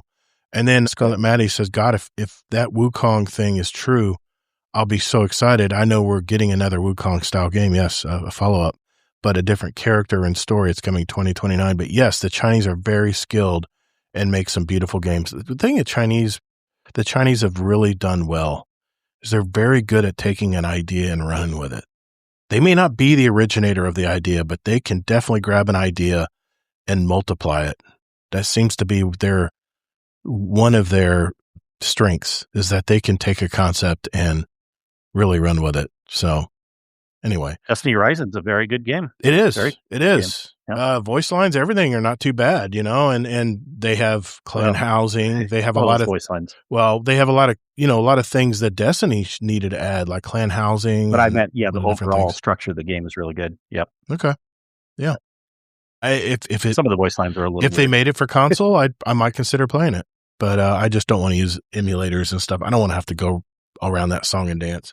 I'm just very stubborn in my ways. It's not a big song and dance. I know. I'm just very stubborn in my ways. And but I just say that in case you're making people think it's a big song and dance. It's not, people. It works pretty easy. That's true. That's true. Ignore the old guy. All right, let's move on. Hey, let's lighten up the topic a little bit here. Let's catch up and find out what everybody's been up to these days. Be right back. Hey, you're listening to Guardian Down Radio. Stick around. You might enjoy yourself. Guardian Down Radio? Did I say that? Yeah, you did. I did say that. Again, it was... It's got a nice ring to it, though. I'm not gonna lie. That's actually good. As soon as I went to start talking, it was gone. Yeah. Hey, this is Arisen Phoenix, and you're listening to Guardian Down Roundtable, not radio. Stick around. You might enjoy yourself.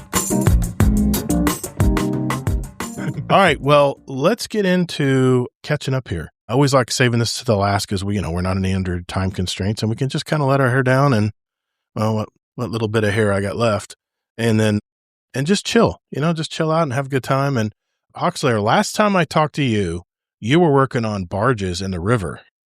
What the hell? What other jobs have you had now? Dude, I have worked all the way from oil refineries to chemical plants to HRSG units, which a HRSG is essentially a gigantic radiator that's about 250 feet tall, at least. Jeez. Right now, I'm working at a massive aluminum mill. I've helped build data centers. I've helped build cooling stations for nuclear facilities. Jeez. I go all over the place, and I just go to where the money is. Like, I've built my network up. I have operators and foremen, superintendents. I have people call me and they just say, "Hey, do you want to come here? We're offering this, this, and this. Here's the hourly rate. Here's how many hours we're working. Here's how long this job is supposed to last." Mm-hmm. And I have a very finite array of questions that I need to ask before I can start signing papers and all of that. But just in the last, let's say, year and 3 months, in the last year and 3 months, last April, my wife and I, we bought our first house. Nice. We were very, very excited about that. And then also in April, my second son, Brooks, was born. And then around in September, my car finally died on me. Daggum Hyundai, I finally did her in. South Korean, man. And then finally, I decided, instead of going for something subpar, I was like, if I'm going to make payments on it, I might as well make it worth it. And I went and got me the Chevy truck that I wanted. Nice. Good for you, man. You work hard, man. It's cool to have a nice vehicle. In the last 35 days, I have had the day before Memorial Day off, and then I had June 14th off. Jeez. And then those are the only 2 days I've had off in between. That's why that's why we planned this months in advance. We had to figure out a time that would work for all of us. And that's why it worked out to tonight. Well, luckily for me, I work during the day. So I start at 5:30 in the morning, and then I get off at 4:00 in the afternoon. So I have plenty of time. And then today we just happened to get rained out, or in this case, tornadoed out, because we got tornadoes, and been praying and hoping this entire time that this little camper I'm in doesn't get swept away by a tornado. I see the lightning in the background there in the window. I just saw it flash. Hey, can you do me a favor? Can you angle your phone just up just a hair, man? Your head's getting cut off just a little bit. Yeah, I know. I realize it might hit the light. That's okay. Yeah, that's perfect. Perfect, dude. But you said you're building your network up, but you're also building a skill base up, man. All this experience you're getting working on nuclear sites and oil rigs and chemical plants and stuff. I mean, aren't you building up a good skill set of experience? Yes, that does come into a huge play, Yeah. but essentially, my job is very, very simple. The core concept of my job is I pick things up, I rotate it, spin it, orientate it the way that they need to do in air, swing it, set it down, and I'm done. Okay. I don't have. I just have to make sure nothing gets damaged while I am in control of it, Mhm. and after I set it down, that is my biggest concern of what I have. However, this is my last year rigging. I'm getting my certs to go hop in the seat of the crane and start running that. Nice. There's no requirement on when you can do that, because back in the day, you actually had to have a certain amount of seat time documented before you could start running cranes.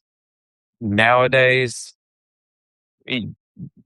with you having zero experience, you can go take a class, go get your certs, and you can start running cranes as soon as next month if you wanted. That's scary. That is very scary. However, supervisors nowadays, as well as riggers themselves, are very, very conscious to risk like that. Okay. Like, even, let's say, probably about 3 weeks ago, I was working out in the laydown yard. I had an operator who was running a 35-ton Tadano RT, which is the crane with the big tires on it. Mhm. He was scoped out. I think the tip of it, his radius, so whenever he cabled down all the way, the ball was probably about like 35, 40 feet away from him. Okay. And we're out in the laydown yard in the wide open. He had the main block down, which can hold your heaviest load, and he had the whip line or the auxiliary way up in the air. Mhm. And I told him, hey, swap the two, because I don't need the main block. I just need the whip line down here. Okay. Well, I was right up underneath it. I took about 8 steps away to go talk to my foremans, and I was conversating with them on the best way to pick this load up. I was giving them my ideas. They were giving me their ideas. We were going back and forth. Well, next thing I know, I start hearing this banging and clanging. And next thing I know, I look over, the headache ball is on the ground right where I was standing, where if I would have been standing over there, that would have been about like 150 to 250 pound solid steel ball landed right on top of my head. God. And the thing is, this operator claimed that he had 25, 30 years of experience, and You didn't see it. no, I don't see it. Something as simple as that. Even with me. So I have ran cranes before. I know to look out for stupid mistakes like that. Like, that's just not paying attention. I mean, of course you have very obvious things in your craft where obviously there are certain pesticides and certain chemicals that you can spray inside, but you can't spray outside. Yep. And you never mix the two up. Of course, there are certain chemicals that you can mix together, and certain ones that you got to keep them in daggum opposite rooms almost. Yeah. It's professional knowledge. So, yes. And that comes with a baseline level of education. And then to fill in that gap from that education is that experience. Yeah, in my field, we have to have a Wait. 3-year apprenticeship before we can even sit to take the exam. And we have to be signed off by the company we are working for. And that's what I had to go through to sit for my state exams, to get certified. Yep. Actually, funny enough, several years ago, before I even got into rigging, I was actually trying to get on with Terminex instead. Nice. I mean, it's an international company.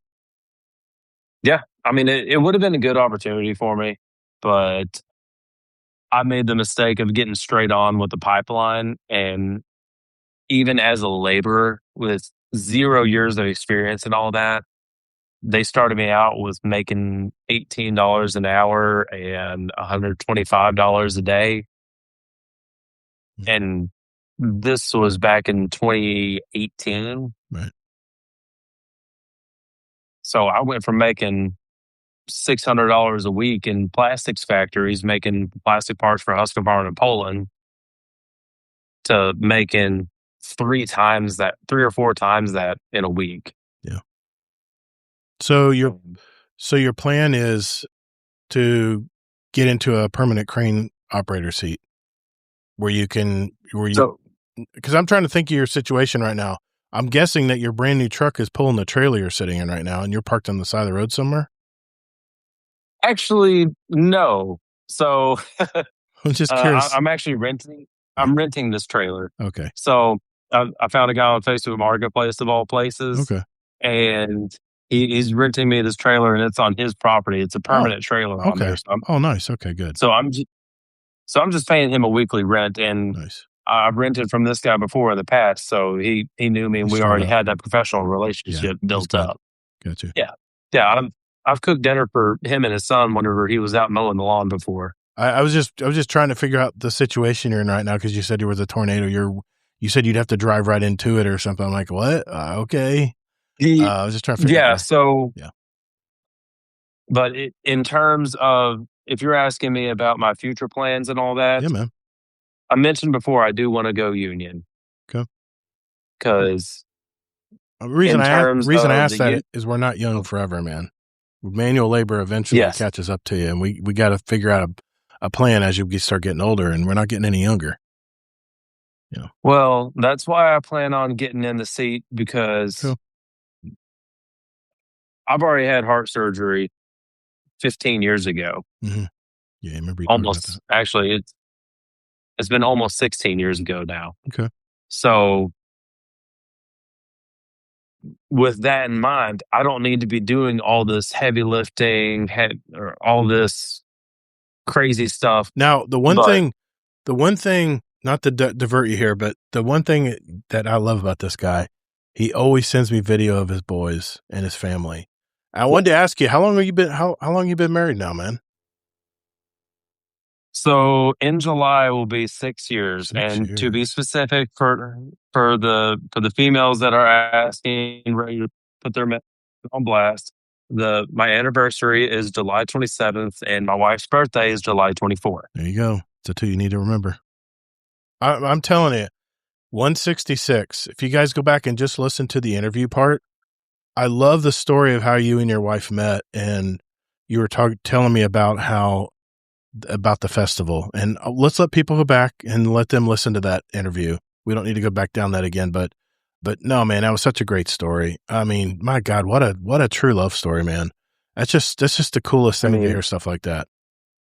But it's a Nicholas Sparks love story, to say the least. Yeah, it is. Definitely. I'll try to keep up a little bit more up to date on the in the Discord of where I'm at, because you never know who you might meet up with. When you're working, man. I mean, no one can stay pinned to the Discord all day. People got to work. I mean, I'd love to be in the Discord all day, but I don't have that luxury. I'm out working, and if I get a notice, if someone's at me, then I can look it up, see what's going on. But or whenever somebody sends you random feet pics and all that. No, we don't need to get into that part. We don't do the feet pics thing. That's an old gag, man. The feet pics. Remember, if you protest it, then people are going to send you more. Yeah. It's better to ignore. I would probably go to onlysins.com if you were looking for feet pics and all that stuff. He's probably the guy to talk to about that stuff. Yeah, onlysins.com. I think he would. And Sin's going to send them your way. He will. He collects them all. Unsolicited. Mm-hmm. Yes. He will. Unsolicited and sometimes soapy. Dude, it's just man, it's just great catching up with you, dude. It's no sin. Sin's putting feet pics in the chat. I mean, it's just crazy, man. I mean, my grandson's going to be 2 next week, and it is the coolest age, man. It is the coolest age where they hold your hand. He's learning the word no now. So he's like, my name's Pop Pop, and you'll hear, hey, do you want to see Grandma? You want to see Grandma? He'll go, yeah. He'll go, all right, you want to go see Pop Pop? No. No. What do you mean no? What are you talking about? No. Yeah, it's a great feeling, man. And your kids are getting to that age where they hold your hand and walk down the street with you, and it's just the coolest thing, man. And you're kicking ass, man, trying to make a living. I mean, literally are a working man out there making ends meet, dude. Yeah. So you want to get into a crane operator's job, and you want to get back into the union, and you'll be closer to home where you can make it more of a 9 to 5, or I probably got about like 2 or 3 more years of hardcore traveling left. Okay. Because, I mean, by doing that, I'm going around the ballpark of about $3,000 somewhat dollars a week, give or take. Yeah. By doing this. So I'm doing that to really financially recover because, I mean, of course, credit card debt is an absolute parasite. It is a predatory thing, man. Yes. And if my wife wasn't as good as money management as she is now, because she wasn't whenever we first started dating, and she wasn't when we first started or when we first got married, and neither was I, even though I should have paid better attention to it. But you know what? We both made mistakes. But here's the thing. We're working as a team to build it back together, and I'm doing everything I can in order to get us out of this hole. That's what you got to do, man. A lot of people sit at home and say, woe is me, and not do anything about it. You're doing something about it, man. You're taking action. That's admirable, dude. Making it work. I gotta get it handled. And once I get into the union, then their definition of traveling is going 2 to 3 hours away. That's not bad. That's that is so much better than now, where I'm driving anywhere between 4 to 5 to 8 to 14 to, I want to say the farthest I've been in the last 3 years has been 28 hours away, and that was in Delta, Utah. Okay. But I tell everybody else, the farther away from home that I have to go, the higher my price goes. Absolutely, dude. You got to see your kids. You got to see your wife. Yes. Hey, before I check in with Kingsley for his week, tell me the other money-making operation you got going while you're standing right now over the stove. You shared it with me. Yes. So what I've been doing lately is making breakfast sandwiches in the morning. And it started out as like only making like 10 to 15 breakfast sandwiches. Yeah. Just doing just straight sausage, egg, and cheese, or bacon, egg, and cheese sandwiches. That has grown to about a 45 to 50 sandwich operation that I got to do daily. Oh my God, dude. However, due to drama between the supervisors and the company right now, because I have been running a risk by doing this. Yeah, I guess. You're feeding people, man. Well, not only that, I am doing this without an actual vendor's license, without... Oh, please.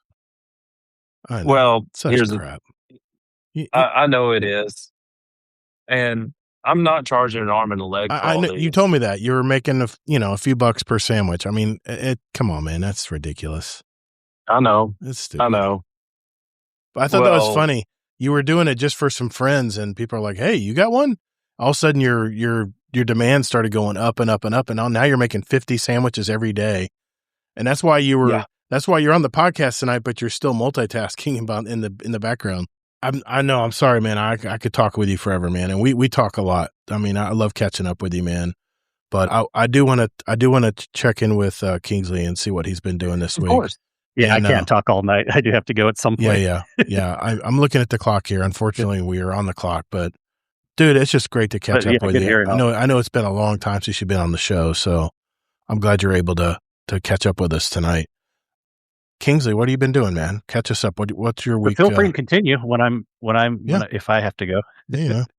But yeah, as far as what I've been up to, I'll just go with the same topic, kind of like with car stuff and contractor stuff. Yeah, I get it with car stuff. Both me and my wife have a Subaru Crosstrek, and mine that's made in Japan is really good quality. Hers that's made in Indiana is okay quality. Definitely has more issues with it. Uh-oh. So yeah, things can just kind of vary where things are made, right? It's just really just depends. It does. Japanese usually do pretty good with cars, though. Anyways, yeah, I'll talk about work stuff also, which I usually don't, but I kind of had interesting stuff lately where it shows my skills as a contractor and, running a business doing tech support stuff. And super annoying issue lately where some very unique, I won't get into all the details because it'll bore people in the sake of time, but some people's computers were slowing down. And these were even like fast, newer computers. And eventually found out through a lot of research, this is something that like average people, it'd be very hard to figure out, but through just things of talking to other experts and knowing what routes to go down and stuff, found out there was some very unique thing where the indexing of files of like Word type documents gets stuck in a loop that'll slow down your computer, but it's only with those types of documents.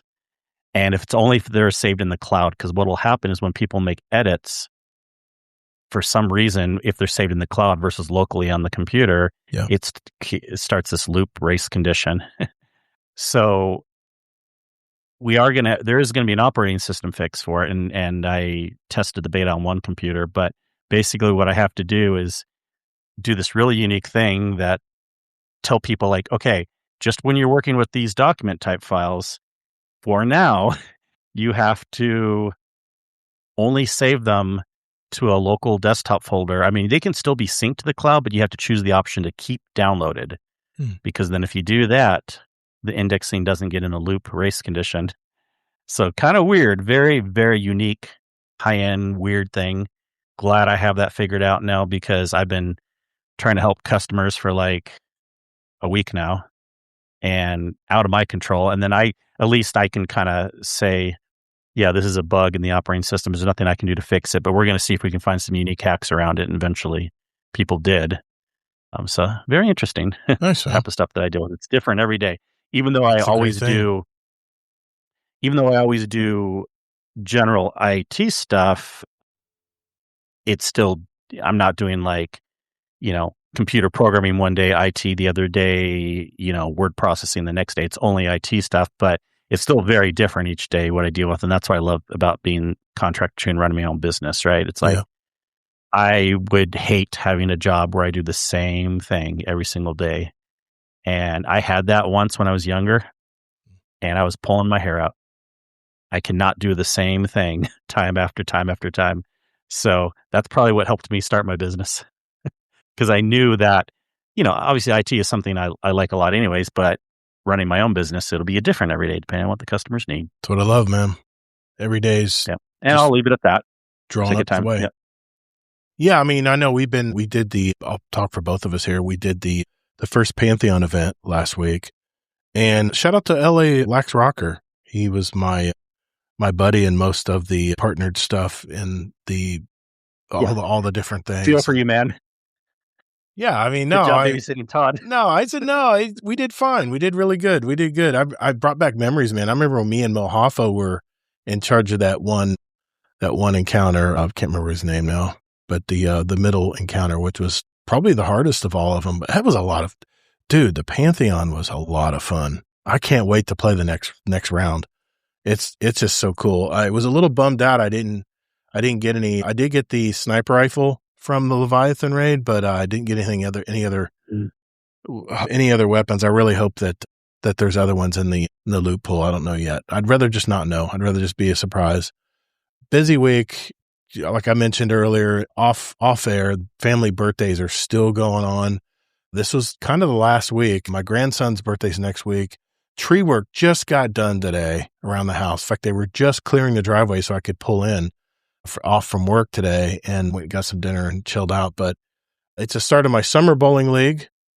I just did a big Formosan termite treatment today. For those of you who may not know, these are the super termites. These are the ones you hear about down in Miami that have this uncanny ability to find cracks in any concrete in your floor and exploit it. And this house had a huge colony go inside an interior wall, went up the wall. No one knew about it. Started eating the truss work in the roof. That's the part that holds the roof up, right? That your drywall on your ceiling is nailed to. Yeah, she saw some flyers in her house, called her landlord, and landlord called me. I work with this landlord on other rental properties, and Holy crap. I was so surprised. This neighborhood is a year old and it's already got Formosan swarms. There's been videos in neighborhood videos, with the chat groups and stuff. She shared a video of a nighttime swarm around the lights at night. And it was crazy, man. There were a lot of termites swarming. And usually if termites are swarming at night, it's usually the Formosan termites. So they're very, very aggressive, have 3 or 4 times the size colonies versus, the regular eastern subterranean termites. I won't bore everybody on that stuff, but my wife and I did go see a movie this week in the Dolby Theater. I actually brought my parents this week as well. We saw the new sci-fi thriller from Steven Spielberg called Disclosure Day. I've been so looking forward to this movie. It's about 2 people who have these special abilities and they don't know how they got them. They both are working to also expose this new information that's leaked from past employees of this super secret government agency or company or corporation or whatever. And it's all about the struggle where to disclose all this information to the public. It stars Emily Blunt, Josh O'Connor as the 2 characters I'm talking about here. Also, Colin Firth and Coleman Domingo are supporting characters in it as well, and they both did very well in their roles. Reviews have been very mixed on this movie. Rotten Tomatoes has it at 81%. It's actually gone down a little bit, but I agree. To me, it was a very good film. Now, if you're not used to a Steven Spielberg movie, the entire movie is all about the buildup and the big scene at the end, just like Close Encounters of the Third Kind was back in 1977. And yes, I realize many of you were not alive at that time. I was just a kid and I saw that movie and my dad brought me to it at a local theater. Like I said, it was very symbolic as I brought my mom and dad to watch it in the Dolby Theater this week, kind of a culmination of us watching Spielberg movies in the past. But, there's a big buildup in the movie and there's a big scene at the end. And I got to admit, man, the scene at the end, I was a little choked up. It kind of got to me. My score, 4 stars. Very good. Go watch it in the theater if you can. If not, then wait for it to come out, probably on HBO.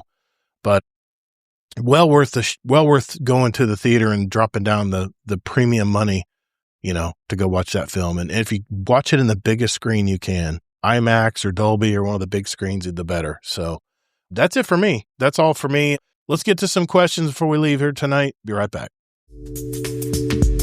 Hey, this is Beryl Barley, and you're listening to Guardian Down Roundtable.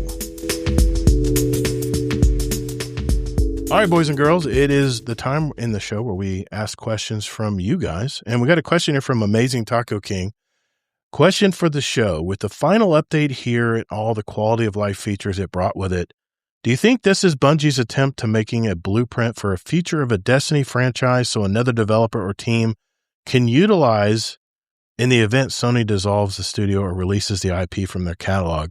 This is a feeling I have from a perspective of what developer may use to inspire others to continue their work. I know what you're getting at there, Amazing Taco King. You think, I don't know how many people in the studio actually knew that Sony was going to pull the plug and they weren't going to have, I heard some people were still working on the next DLC and, abruptly were told, no, stop what you're doing. We're going to put out what we got kind of thing. What do you think, Kingsley? What do you think about this, man? You think some other I'll answer first. First, I don't think Sony will ever release the IP. They own the Destiny IP, and even if they keep it just to store it away somewhere and never use it, companies do that all the time. And I would not be surprised if Sony did that. I don't know if they would sell it. I mean, who could afford it other than Microsoft or Epic Games or someone like that, right, Kingsley? Okay, well, on the question of Blueprint, no. Like you said, no one really knew except for a few key people. And even if they did know, they weren't doing this to try to have a better chance of selling the game or keep the game going. They were doing it as a last-minute push to just give it a love letter, do as good as they can to put as many things in as they could to do that. I mean, the Blueprint is not from this ending anyways. The Blueprint's from before when Destiny was doing really good, like Forsaken Days and everything like that. So, what do you think, Huxley? You think Sony would sell the Destiny IP to anybody? I think they're going to lock that sucker down to the point where they own Destiny itself.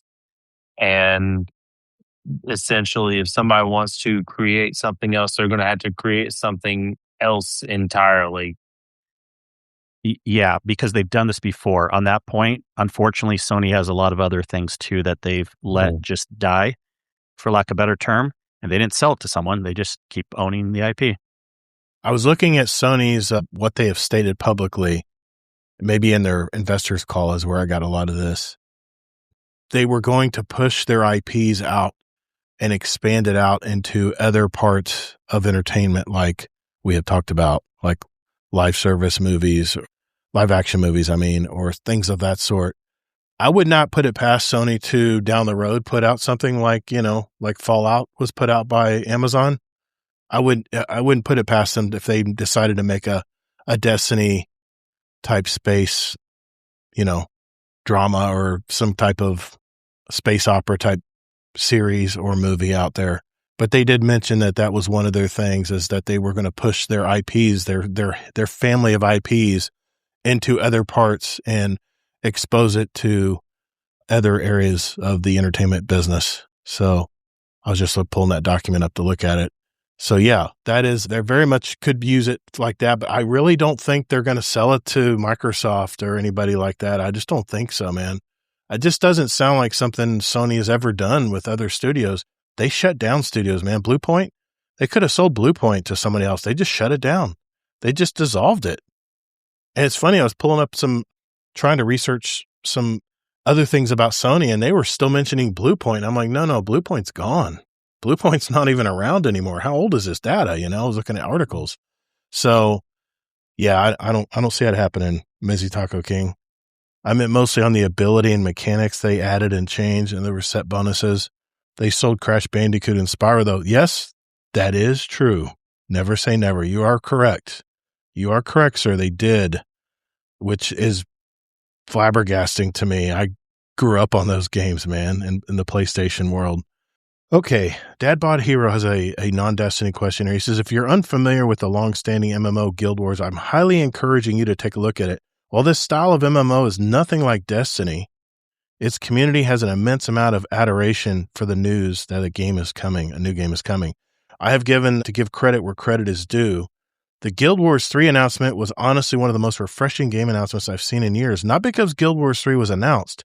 Sequels get announced all the time. What stood out is how ArenaNet, Guild Wars developer and studio, handled it.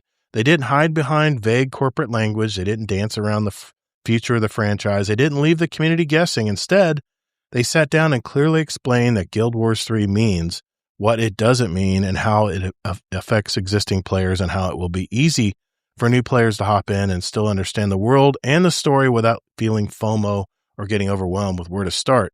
More importantly, they made it crystal clear that Guild Wars 2 isn't being abandoned. It's being enhanced despite a new, improved Guild Wars 3 being announced. New content is still coming, expansions and updates are still being developed. The game that has millions of players have invested years into isn't being tossed aside because of a new project that exists. On top of that, Guild Wars Reforged continues to serve as another pillar of the franchise rather than treating their games like disposable stepping stones.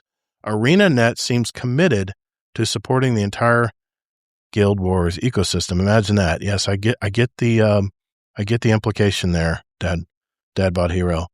Imagine a world where studios are transparent enough to tell their players exactly what was happening. Imagine being upfront about long-term plans instead of forcing communities to piece together clues from leaks, rumors, layoffs, investor calls, and cryptic developer tweets. As someone who has spent time in the Destiny community, it's hard not to compare this approach to Bungie and Sony. Imagine if Bungie had come out months or even years ago and honestly explained what the future of Destiny looked like. Imagine if players weren't left wondering whether their time investment mattered. Imagine concerns about content progression and the future of the franchise were addressed directly instead of just through carefully manicured statements and vague promises. The Guild Wars community got clarity. The Destiny community got uncertainty. Guild Wars 4 is free to play. I would highly consider taking a look. It's a feature with a bright, refreshing, and exciting future. I guess that wasn't a question, more of a statement. But anybody here play Guild Wars? I've never played the Guild Wars. I know it's an older game. Have you ever played it, Kingsley? Ever played Guild Wars? No, I don't have anything to add to the statement. Yeah, so yeah, your Dadbot Hero has expressed that he's been definitely not happy with the news that Destiny 2 is being not shut down, but not being updated anymore. And it's basically the franchise is fading away. But all right, I get your feedback there, Dad Bod. I want to make sure I mention that tonight. Hey, Guardian, our show runs on Duncan. I mean, it's supported by our community. And by that, I mean our Patreon community. We're nearly 100 strong now. And if you want to join an awesome group of people and get the benefits like a private channel with myself and Kingsley Mack and all of our other Patreon members out there, not to mention special badges in our Discord community, years of behind the scenes, special audio and video episodes just for our patrons, and it's really simple. Just go to GuardianDownCast.com and hit that Patreon button to find out more. You can also join us for free, so what do you got to lose? If you've received any value from the show today, keep those corporate sponsors out of our podcast by simply joining our awesome community at patreon.com/support Guardian Downcast. Later, Guardians. Hey, Future Gator here. I'm curious what you guys think. With the proposed layoffs coming to Bungie, 50% of the entire studio, I think that's like 400 people. That's a lot of people without a job. What do you think? Do you think that more and more AAA studios are going to be hiring out and contracting game development in maybe even those cheaper countries like Poland and Southeast Asia? What do you think that'll do to the quality of video games out there? I was really passionate about this topic this week, so I'm curious what you guys think. You can go to our Discord, discord.gg/Guardian Down Roundtable, and go to the GDC feedback channel in our Discord and let us know. Let us know what you think about this. Do you think this is accurate? Do you think this may be the way things are going? I mean, the Eastern studios, the studios that are on the Eastern side of the world, the East, they're killing it right now. They're making some really great games. So I'm just curious if we'll be able to compete with that going forward. I want to thank again Hawkslayer for coming on the show tonight. I know he's a busy dude, and my birthday buddy, able to meet up and talk life and all kinds of stuff. And it was kind of a weird show. It was all over the place tonight, but I appreciate you all for hanging in there and listening. And every week to see what we're doing, what's going on in our lives, and obviously the topics that we bring to the show. I want to give a shout out to our Patreon community, our Dungeon Champion patron, Deadpool 1 Merc, our raid bosses, Amazing Taco King, Jealous Gaming, and Frostbite.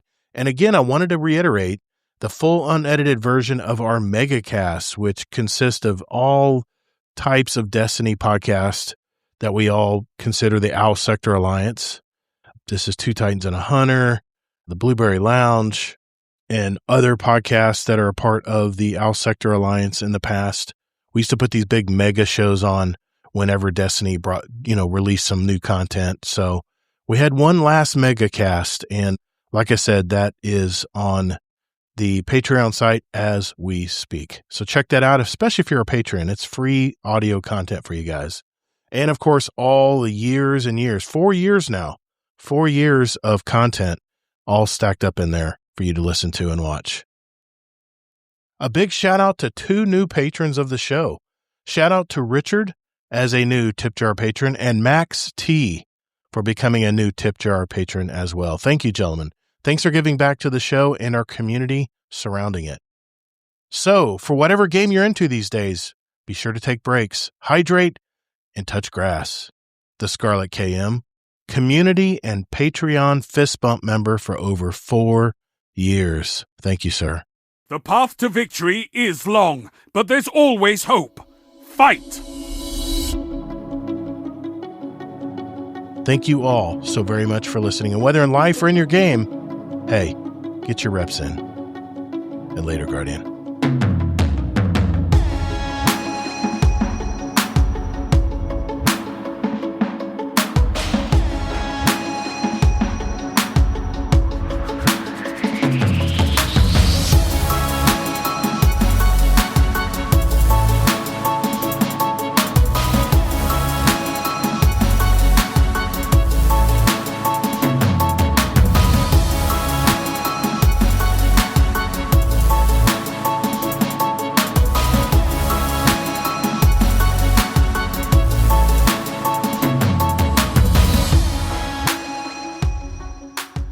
overtime. Let's do this. That's it, guys. That is our questions for tonight. I want to thank Hawkslayer. Thank you, man, for trying to make it through all the lightning storms there. Hopefully you're safe, brother. Hope you're safe. It looked like for a minute you might have gotten a close strike or something. Was that a close strike? I mean, I haven't got. Oh, that was very close. I'm pretty sure that was at least a couple 100 yards away, at least. Oh my God, dude. I'm surprised you still have power. That's nuts. Dude, I'm honestly thoroughly impressed. Get a good power grid, huh? I guess so. I was about to complain to this guy why he hadn't set up like Link or something that set up for all these campers, but apparently he has a really good power setup, so I'm not complaining on that because I haven't had a flicker of power yet, as you can see. That's good, man. I've been under a tornado warning crap, man. throughout this entire podcast. That's nuts. Yeah. That's nuts, man. That's why my wife was blowing up my phone earlier. I understand. So I understand. Text her and let her know everything's all good. Hawkslayer, thank you, brother. Thank you for coming on the show tonight. Hey, you want to give a shout out to anybody before we go tonight, man? I mean, I haven't really talked to very many people in the group in the last several months. If anybody wants to reach out and message me, of course, I still have the same Discord and all that, and I don't ignore any messages. I try to pop in the chats here and there as I see them. Mm-hmm. Like if I get bored and I see somebody that I know in the group chat, I'll come in and say, what's up, see what's going on, check in on all y'all. Well, brother, it's good to see you. I'm glad you're doing well. And I'm glad you were able to make it on the show tonight, birthday buddy. Oh, of course. I'm about to say, we're probably just going to have to make this an annual thing. Might have to. It depends on where it falls, because I mean, we are a day later, but it's still close enough. I went to Publix tonight to get groceries, and I said, I want to get a little mini cake. Well, it's like, no, I gave you some of my ice cream cake last night for my birthday. I'm like, no, it's my birthday, damn it. I want my own cake. I love cake, by the way. I love cake. If you don't know that, I want a nice buttercream icing cake. And then I looked at the price for this little mini cake. It was like $15. I'm like, I'll just get some cupcakes. So I'm going to have some cupcakes after the show tonight and just consider it done and done. So Kingsley Mack, anyone you want to give a shout out to tonight, brother? No, not this week, but thanks everyone for showing up. It's been a weird one tonight, man. That's for sure. I'm going to give a shout out to all the folks that showed up tonight on the live show. I appreciate all the feedback everybody's given tonight. I was just curious what you guys thought of that topic. It's just kind of been swirling around in my head this week, and I figure, why not? Let's bring it out tonight and see what everybody thinks. So, whether in life or in your game, get your reps in. And later, Guardian. See ya. Later.